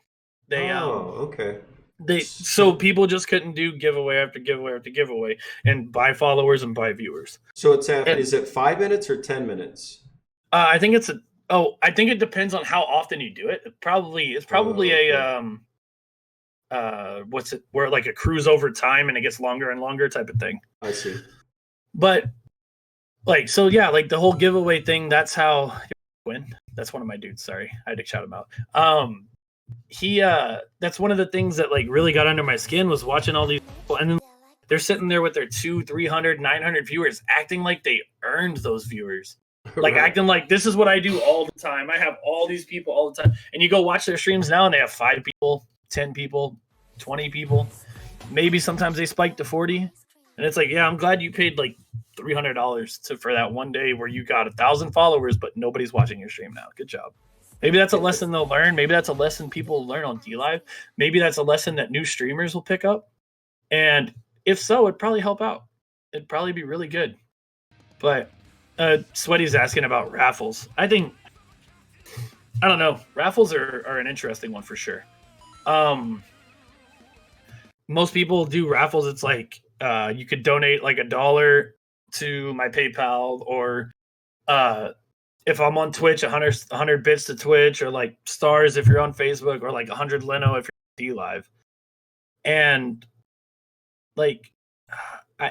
that's a cool thing, I guess, but when you're doing it every day and you're trying to just sell out every day, and it's kind of funny because people are raffling for are $30 items that they're dropping $80, $90 worth to try to get. And it's I mean, I guess you're taking that next level to that support, but that I don't know, it just doesn't make sense to me. But if that's what people want to do, that's what people want to do. Well, I mean, if it is so, to play the devil's advocate on that point, we've got to advertise. We've got to, it's a brand after all. So some of us, I buy books and give them away. You buy merch and give it away. I mean, on some level, we do have to spend some money. Here's the difference, though. You're talking a giveaway. I'm talking about a raffle.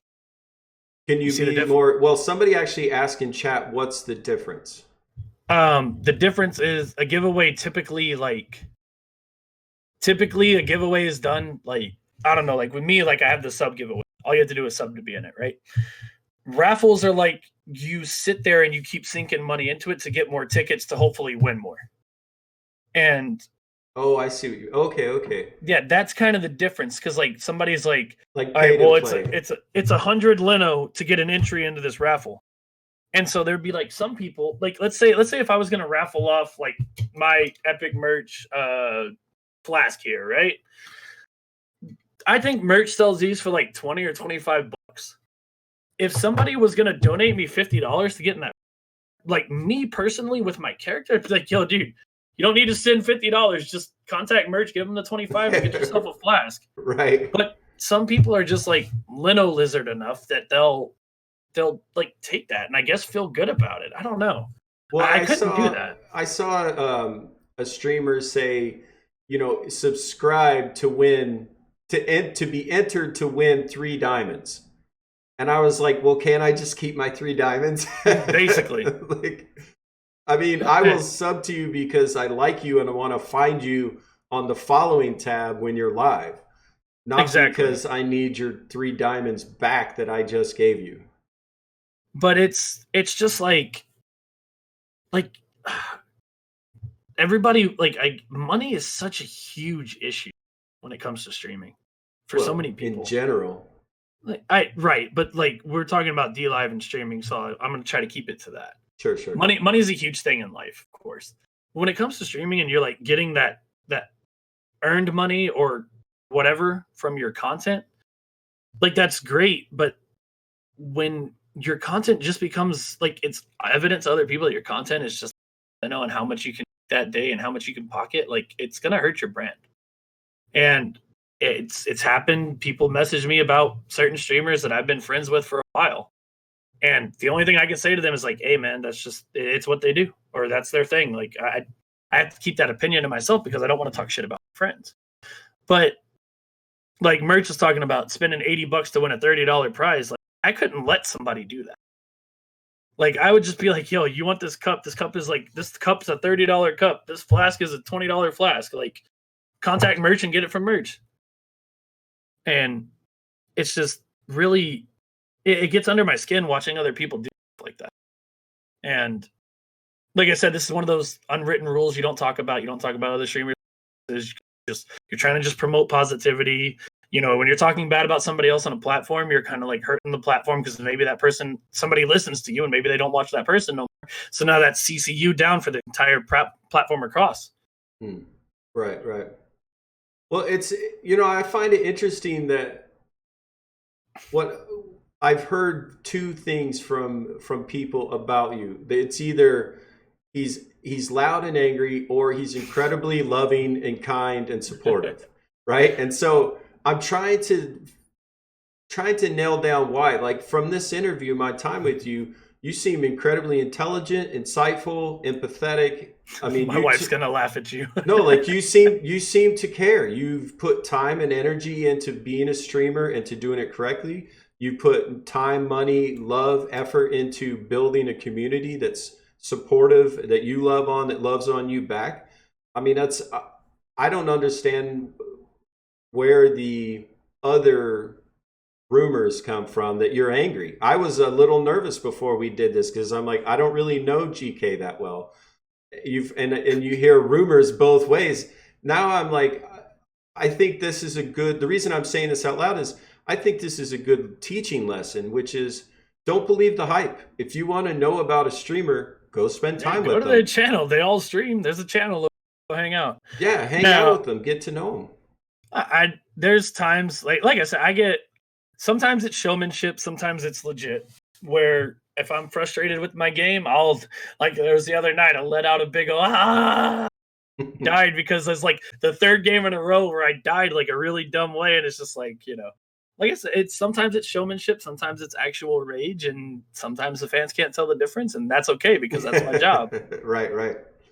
I mean, in the end, streamers are entertainment. That's Yeah, the that's my idea. goal. Or you should be. You should be striving to be. Everybody's just is so much love in the chat, man. Yeah, they actually love me. They talk shit about me, but it's all in good fun.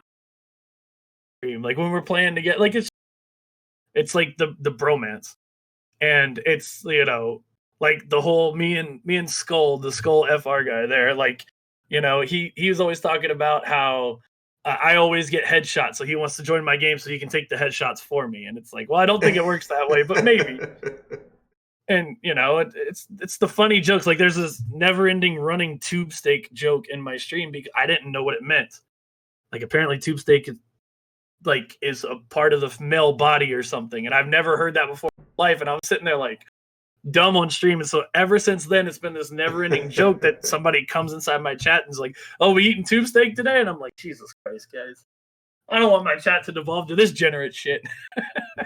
Well, I mean, but they love it, and it's we all connection. have our moments when chat goes off the rails. But another public service announcement for you new streamers on DLive: there is an age restriction X tag button available. If in your dashboard, in your dashboard, if you're losing control of your chat, feel free to turn that on.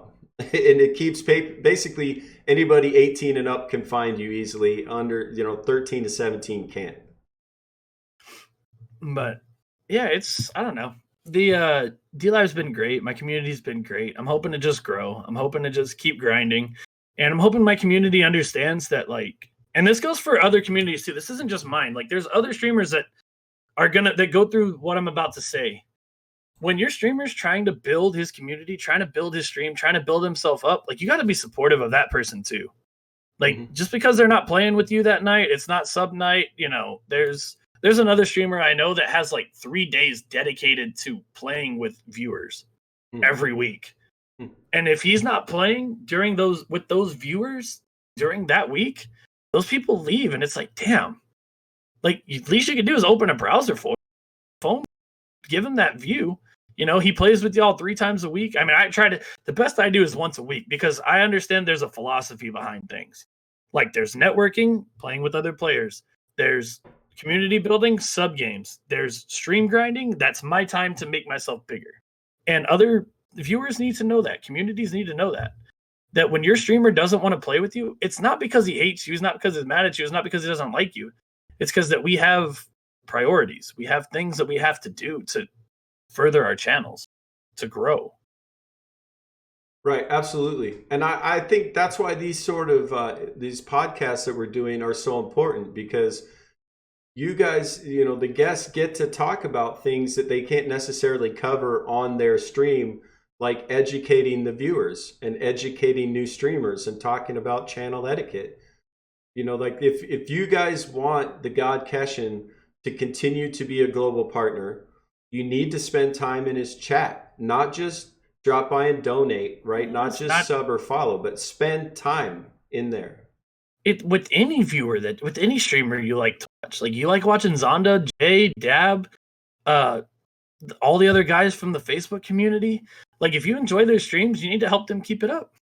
And if it's time for you to move on and go find another streamer, it's time for you to move on and go find an end of the game. That's how it goes.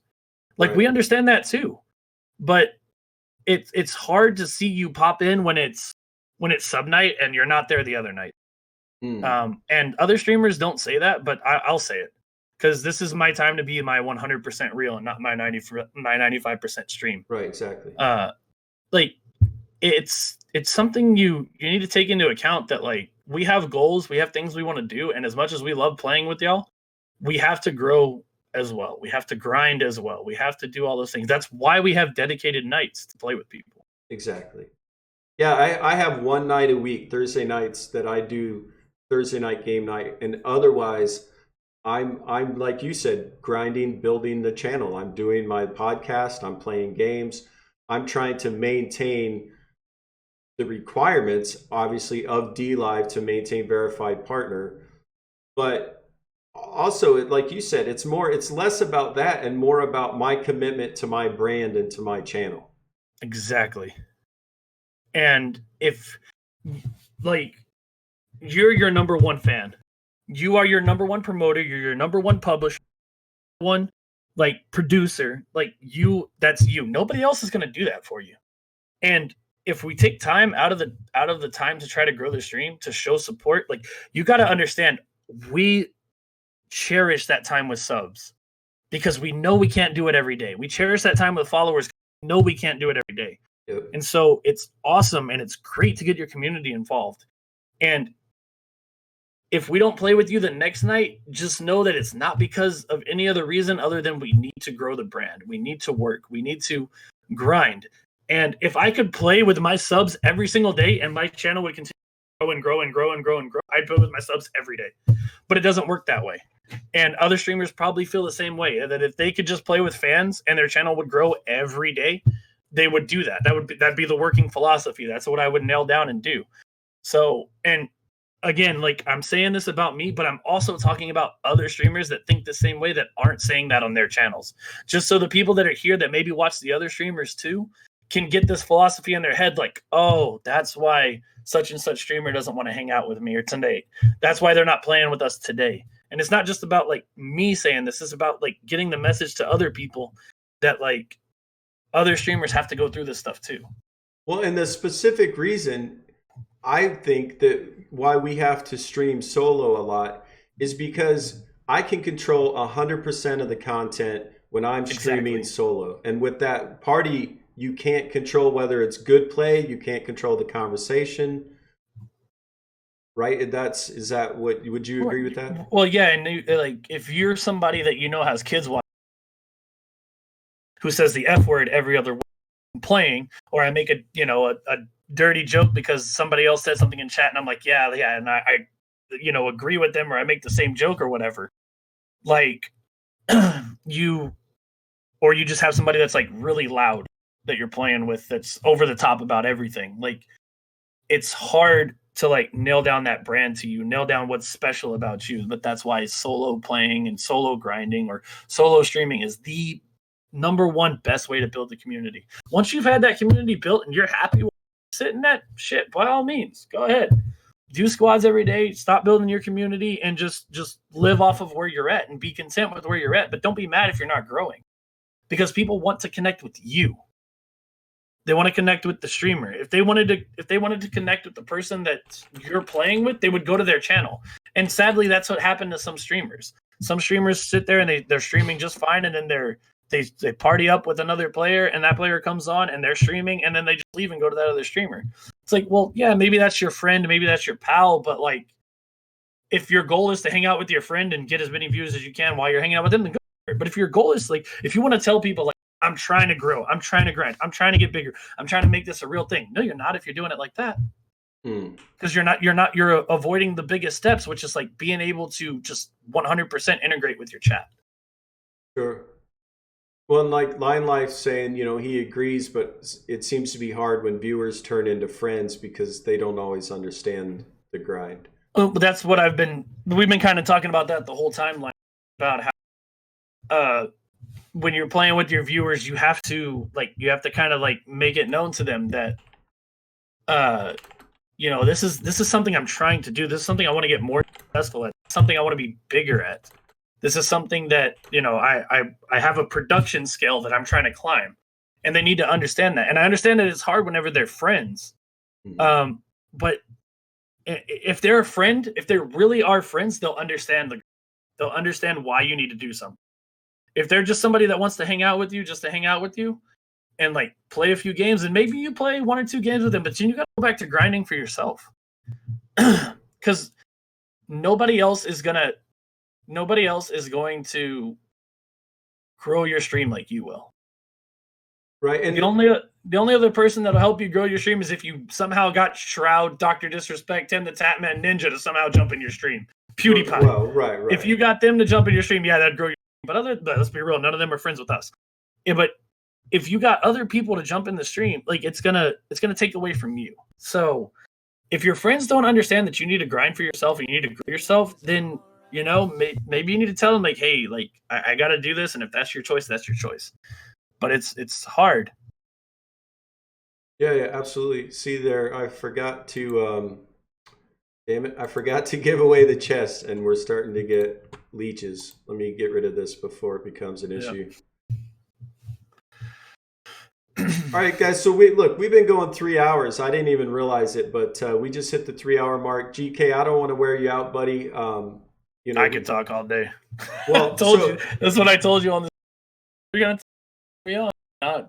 I'll talk forever if you let me. No, and I love it because these fireside chats that I do, they're about educating the viewers, about educating new streamers, about sharing information about yourself and DLive in particular. So you've been a wealth of information, and I like that you have very polar, strong opinions about these things, because that's what's going to help people, right? Just agreeing with the zeitgeist or whatever is normal isn't necessarily helpful. We really like to inspire people and educate them and how to do this better.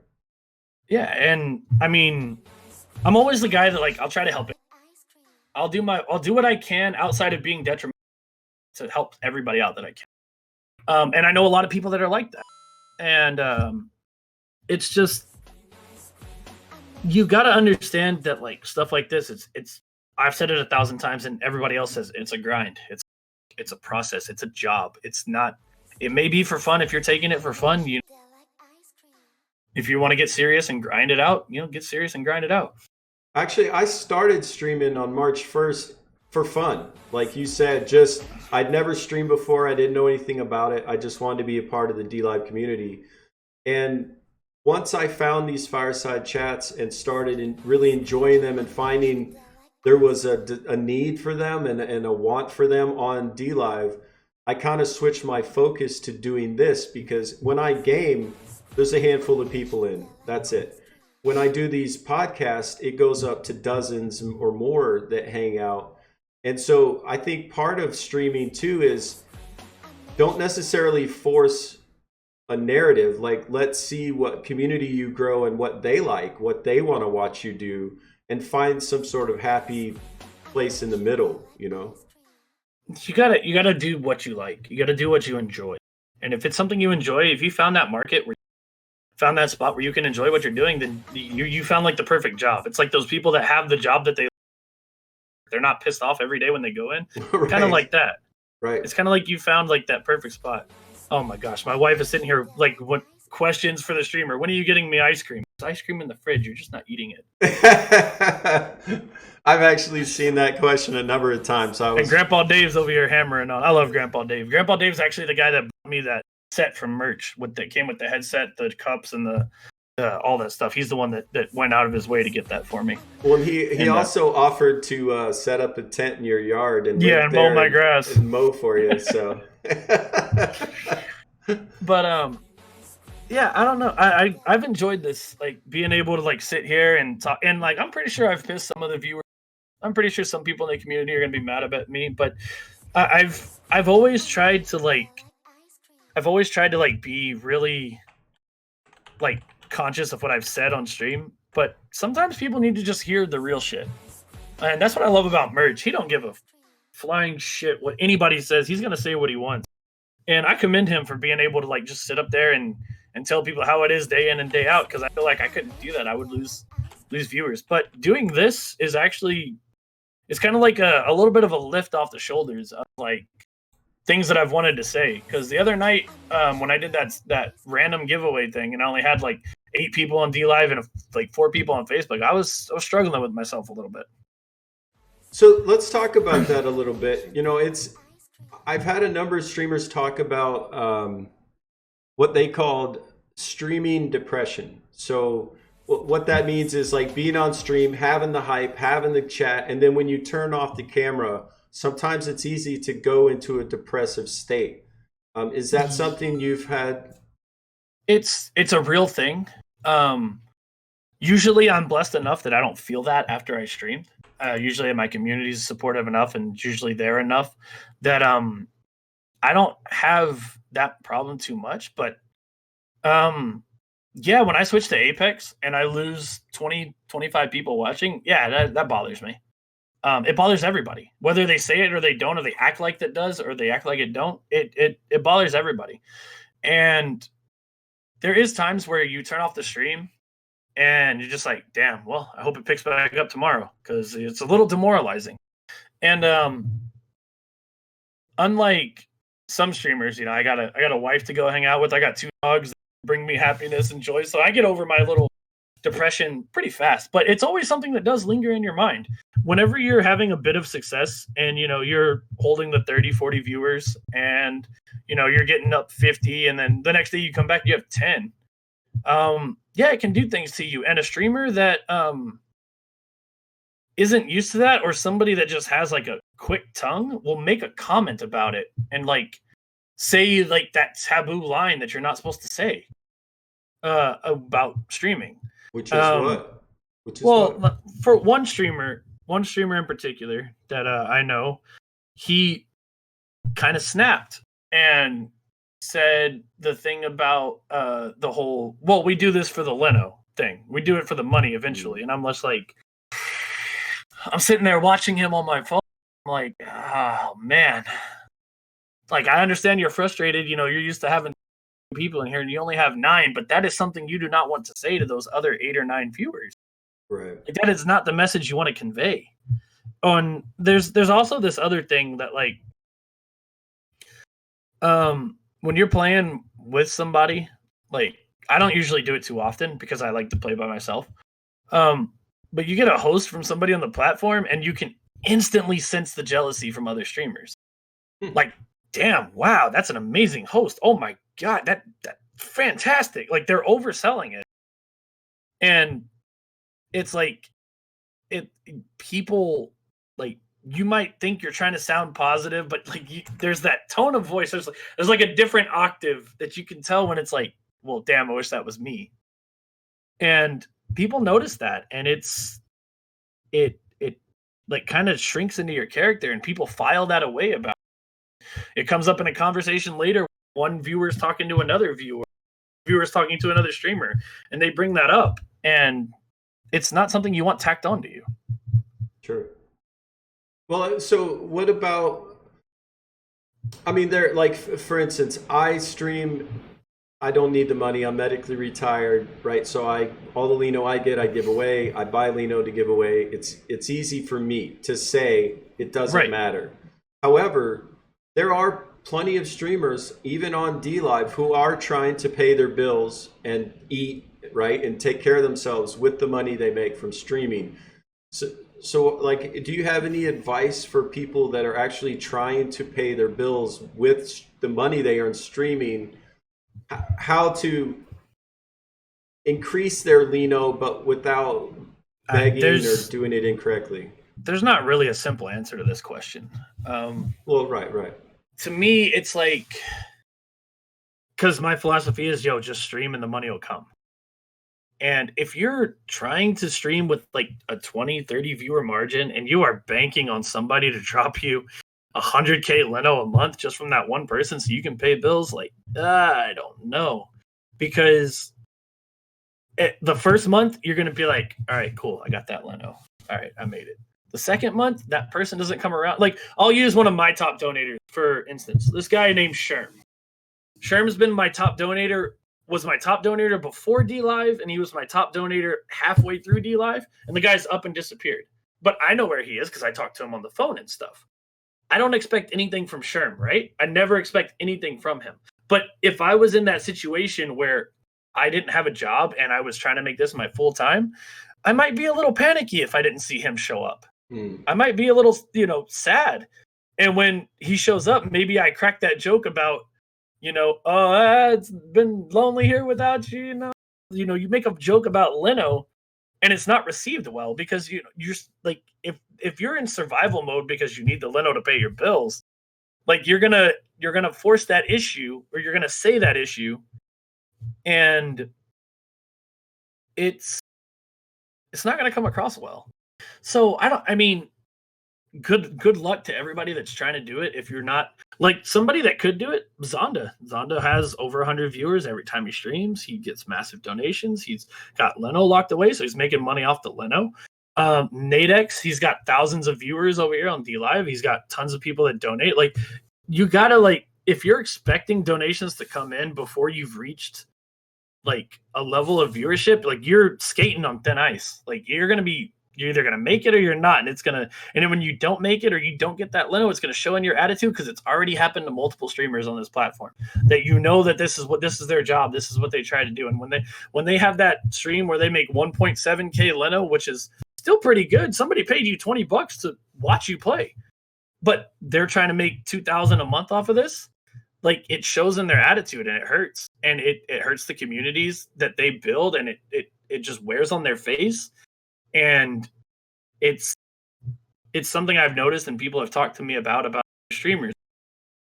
When I talk to those people, the only people that I really talk to and name people with is Sweaty and Jeff, Merch. Other people, I just kind of like pass it off, like, hey, that's it. And yeah, that's their thing. That's what they're doing. Like, I pass it off. But so now those people that have asked me the questions, this is your response from what I've said before. So if you've asked me that question before and you're in this chat, this is the response I'm giving you. Well, I can say I know exactly how Luke did what he did, or LT Zonda. When he came to this platform, we just moved over from Twitch, and he was struggling, and he was working full time. His girlfriend, Flow Driver, was working full time, and they saved money. When Luke got to DLive, he wanted to give it a chance to be full time, and he had saved up thousands of dollars, enough to pay his rent and bills for 3 months, and said flat out, I'm going to give this 100% of my attention every day for 3 months. And if at the end of the 3 months, I have the viewership, I have the donations to make it full time, I will commit to making it full time. Well, he did it in like 6 weeks. In 6 weeks, he locked in $1 million Leno, became a global partner, and he provides quality content daily. He always has high energy. He has taglines, right? He has catchphrases. And Flow Driver was able to do the same thing. She quit her job because she had the numbers, was a global partner. Well, here's kind of something to go along with Zonda. Great streamer, awesome dude, love the guy. But he did have a 400,000 following on Twitch. Yes. That he was able to like transfer over here. You're not going to be able to do that if you're a nobody on DLive. You're just starting your stream. And if you think you're just starting your stream in the first month, you're going to make enough money to do this full time, that's where a lot of people have the issue. I don't know how many years Zonda streamed on Twitch, but I guarantee you it's probably more than two. He was streaming 8 years before he got to DLive. Exactly. Yeah. Exactly. And if Zonda on day one had this attitude 3 months, he wouldn't have done it. I guarantee you, 3 months into his streaming career, he probably didn't have 100 people watching. He probably didn't have massive donations. Right. So, and that's awesome that he's been able to bring his community over. But to use him as an example of like somebody who's been able to do it full time is a little bit different, because he's not starting fresh out and trying to do it full time. It's like me. Streaming full time would be an amazing thing. I don't think I'll ever be able to do that. Maybe someday, but I don't think it's in my cards. I think my job's going to be go to work, come home, stream, do what I can do. And I'm perfectly content with that. But some other people are trying that don't have the backings Zonda have, don't have the massive amount of people Zonda, don't have the viewership and the other networkings, and are trying to do full time. I think you're doing it wrong. I think you don't need to be in it to do full time to make the money that early on. You're just not going to do it. If you haven't been streaming for 2+ years, you're probably not going to be able to do it full time.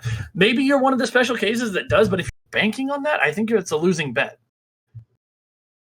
That's a good point. I mean, I actually streamed every day for like 112 days straight or something like that. And that sounds like torture. Well, I didn't do it intentionally, right? I just started streaming. Well, what I realized was there were some days I didn't want to stream, and I made myself do it. And then I got to a point where I was like, wait, why am I forcing this? Why am I streaming on days I need to be taking the day off? And so actually a couple weeks ago, I started taking days, a Monday off. And like this week, you and I talked. I appreciate you, letting me move the interview a day, because I was in the hospital Monday. I had truck issues Tuesday. I had to go back to the doctor Wednesday. Sometimes there's just real life stuff that gets in the way. And it's important to take care of ourselves, right? Well, I'm actually myself. I'm coming off a hiatus. I haven't streamed in 7 days until yesterday, because I was hitting that wall a little bit where I worked 200 plus hours a month, and I streamed 90 hours in June. Now that's not a lot for somebody that gets to stream every day, but like I have my schedule, I stream my schedule, and I was streaming like after if I got off work early, I'd come 3 hours, and then I would stream all day on my days off, and I was getting a little toasted. I was getting a little burnt out, and I like did the math, and I'm like, damn, I'm working 300 hours a month. That's a lot. And so I had to like take this little break to kind of like reset my mind. And it's been these last 7 days have been some of the best days, just chilling, playing offline with. They're streaming, but I'm just sitting there playing offline. It's been great. And it's one thing people need to remember. Like, yeah, it's a grind, but you gotta. If you're grinding so hard that you're at it, you gotta do something about that. Exactly. And something else that I want to say that I think is important is I like playing Railroad Tycoon. It's a simulator game. Mm-hmm. Nobody likes watching me play it. Like 2 people, 3 people, diehard fans will be in there. Everybody else leaves. So I think it's important to say, just because you enjoy playing a game doesn't mean it'll necessarily stream well. No, but you also can't play a game that you hate just because it streams well. You've got to find that balance. Good point. You got to find something because it's done it to me. Like there's days where I hate PUBG and I hate it and I hate it and I hate. I love the game, but there's days where I'm just like, oh fuck this game. I'm never playing this game ever again. And those are the days that my stream suffers, and I have a bad attitude, and I die, and I get angry at it, and like chat knows about it. Like maybe that's some of the days people are or something. But there are days where I just get frustrated with the game, and it's like I gotta switch over. And it's like, okay, I'm gonna switch over to Apex and play Apex now. Apex, but I lose my viewers, so now I'm in a hole because of that now. It's this working balance you got to figure out. Well, I found with the new concurrent viewer thing, if you know that a particular game makes your CCU dip, maybe it's best to not stream it. Just turn the stream off and play offline. But that's me though. I'm at the point where, like I said earlier, Global Partner is amazing. Global Partner is awesome. It's what I've strived for since I got here. It's what my viewers wanted me to have. But if I lose my Global Partner because I'm streaming a game that I want to play at that time, so be it. I'll go back to being a verified partner, and I will enjoy my time. And I have a different attitude than I mean, I guess that's been shown a couple times today. But if I lose Global Partner because I can't keep up with you because I'm playing a different game that I want to play, it is what it is. Like, sure. I can't do much about it. And because I know, like, it's going to be worse for me streaming that. Like, okay, it's going to be worse if I'm streaming PUBG with 30, 40 people and I'm angry as shit and I'm going to make those people mad, and some of them are going to like fall out or like, yeah, I don't want to be around GK today. He looks like he's being a dickhead. Versus if I go play another game and they leave, but I'm happy and I'm having fun, like that's more important to me. Like, yeah, I want my viewers to be there. But I gotta have a good attitude while I'm doing this, or my whole stream is gonna suffer. Well, they seem to like the salty GK. Yes, they do. They love it when I get angry. But like I said, some of it's showmanship, some of it's legit rage and frustration. But I tell you, some of them boys love it when I'm like angry as shit. But I'm never really like so mad that like I want to break something or anything like that. I just like I've shot my controller into the trash can like a basketball once. That was great. I love that part. I clipped it from my stream. It's been the best. It's awesome. But it's just like I don't know. They love seeing me salty because like usually I'm so good at the game. Usually I'm doing well. I'm getting wins every day. So they like seeing me when I'm not winning every day. Suffering when I suck. They revel in that a little bit. Which is why it was funny when I streamed Fortnite. I held like 30 viewers and they were all laughing at me because I sucked at Fortnite. Hey, that's all right too. But it's all part of the game. It's all part of the stream. It's all part of the content. And I do my best to keep a good attitude. I do my best when GG, man. Like I just made that time. And they usually don't like it that much when I do that. They usually Well, damn, Sweaty Yeti's losing his mind right now. Oh, that guy's insane. That guy donates to some crazy people. He donates crazy shit. That dope ass Fresh Prince dude, he does too. That guy's out of his. Yeah, I mean, you guys donate diamonds and ninja guineas and everything today. Honestly, I appreciate every single one of these. Like I said, I don't call them out during the interviews just so we can keep the conversation on track. But I got to just give Sweaty Yeti, GK, well, I guess I'd have to say GK's Dope Fresh Prince, Yeah. so nobody gets confused, Enforcer J. So much love and support. We just say Dope Fresh Prince. It's easier that way. Dope Dope Fresh. Ass. There you go. His name used to be Dope Ass Fresh Prince, so it's like Dope Ass is stuck in my head. Yes, Sweaty, you broke the stream. Congratulations. I appreciate it.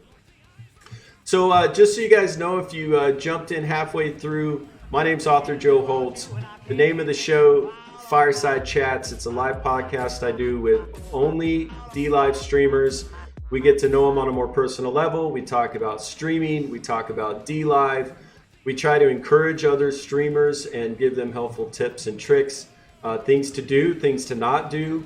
And what's awesome about you being here with me today, God Keshin, is you are a global partner. You are at the top tier of DLive as it currently stands in terms of what you can accomplish.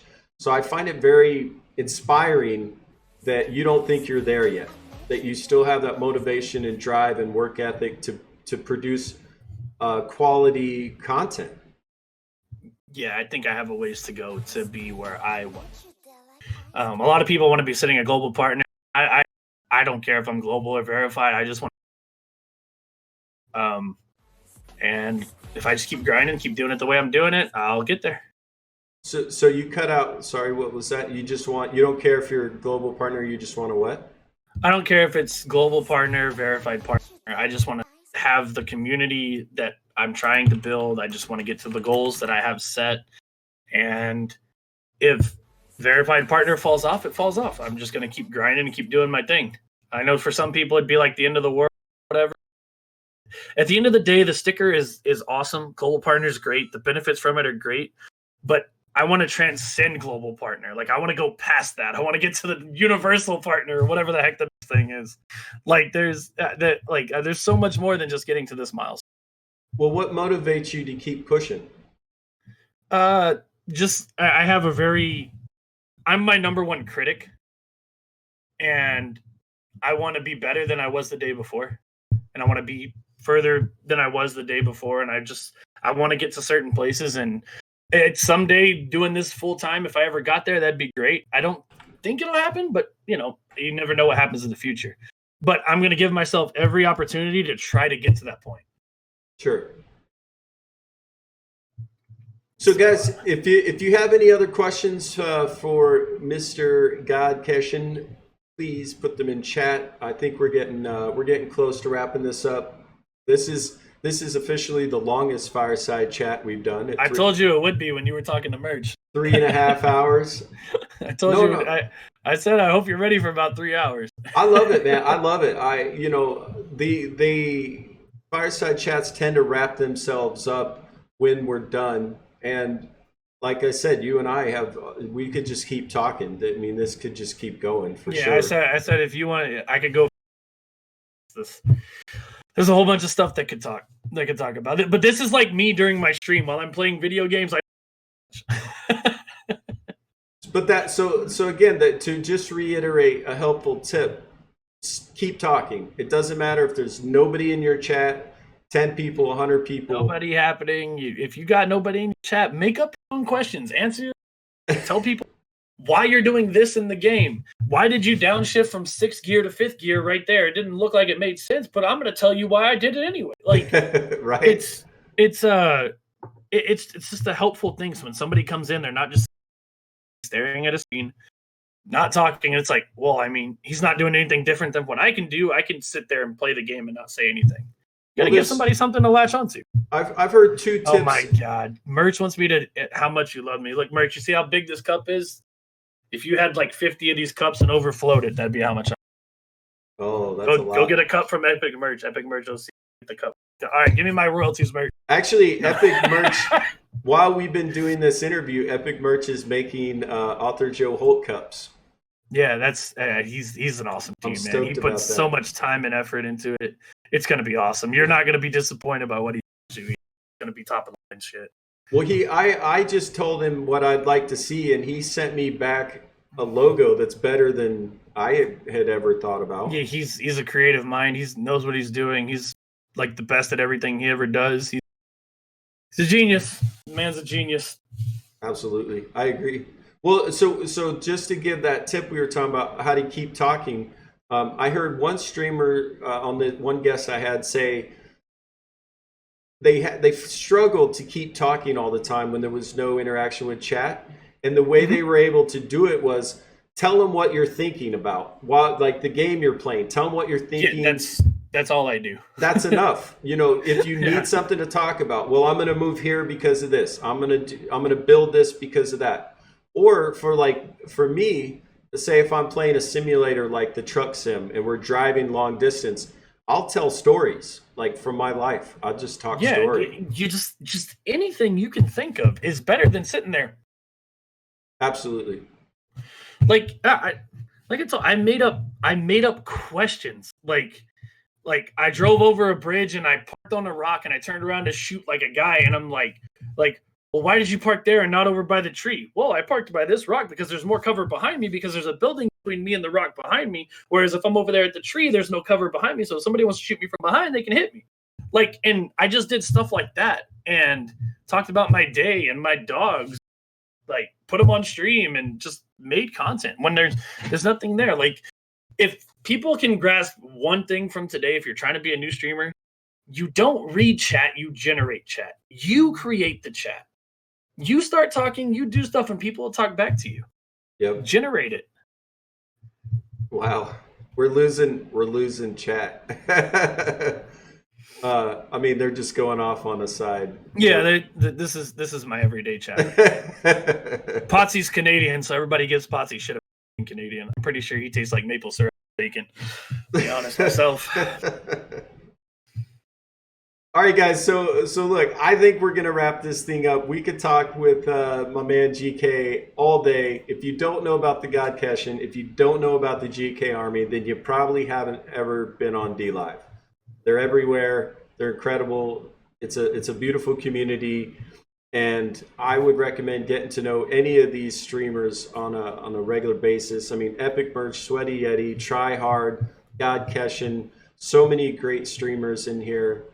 And I would encourage you, if you want to stream on DLive, get to know other streamers. Not because you think it's going to benefit you personally, but because it's an incredible community, an incredible family, and you may just find people that you enjoy, that you become real life friends with, and you can take this DLive family and move it offline, right, and have real relationships with these people offline too. It's been an incredible ride for me personally on DLive since in the last 6 months. You've been here about the same amount of time, right, GK? I've been here since February. Early 2019. So if you guys are new to DLive, if you're new to streaming, these live podcasts I do, the Fireside Chats, there's more than 30 of them now on YouTube, all in one playlist. I've got a link below in my About section. But I'm going to be adding Keshin's podcast that we just did to that list immediately following the show. So GK, I'll drop you a link in Discord to your show that people, you could share it with folks if they want to get to know you a little better or see you with your lights turned on. There was a number of surprise viewers. They said they've never seen the light on in the room you're in. Yeah, it's never been white. It's always been red, blue, green, purple. I've never had it white. So he there you go. If you ever wanted to see what he looked like with the lights on, now you know. But thanks for having me on. It's been great. Maybe we'll do this again in the future time if I find something else to talk about whenever it comes to something. Oh, now here goes my girl. She's changing the lights. There you go. They're on USB or Wi-Fi, so she can make them rainbow if she wants. But yeah, it's been fun. I don't mind coming back sometime if I got something to talk about. We'll we can get into it again. And it seems like it's been pretty good. Seems like we've had a Absolutely. lot of good chat interaction. Absolutely. Really appreciate it. All right. Well, if you'll hold on for me for 1 second, GK, I'm going to wrap up the show, and then I'll be right back with you, buddy. All right, cool. You want to say your goodbyes before I disappear your face? Yeah, see you later, guys. I'm streaming maybe tomorrow. I don't know yet. I'll let y'all know. I'll put it on Twitter, Facebook. Y'all go subscribe to YouTube because all y'all have. Okay. All right. See you soon. Later. All right, guys. So this has been Author Joe Holt. This has been a Fireside Chat. It's a live podcast I do. I try to do at least one every week, sometimes more. And I do them on the day and the time that works best for my guests. Just so you know, it used to be just Sundays, but that didn't always work out. So I really appreciate you for being here. I love you all, no matter where you are on this planet. I wish you all the best. I'm glad that you're a part of the DLive family. I genuinely love you and care about you. I know the God Keshen obviously has demonstrated that he loves his community and that he's constantly doing things to love on them. And so one of the things that we can do as streamers, as verified partners, global partners, we can host other streamers and help get the word out. So just another great guy. I had him on the Fireside Chats. He is a global partner. His name's Enforcer J. He's damn good at what he does. If you want to meet just an all-around beautiful human being and also an incredibly talented gamer, my boy Enforcer J, we're going to drop him a host. If you don't mind showing him some love, I would truly appreciate it. If you guys have enjoyed these Fireside Chats, hit the follow button. Anytime I'm live, you'll be able to find out. And again, thank you for being here. I love you all. Aloha for now. All right, so let's do that. Let's stop streaming.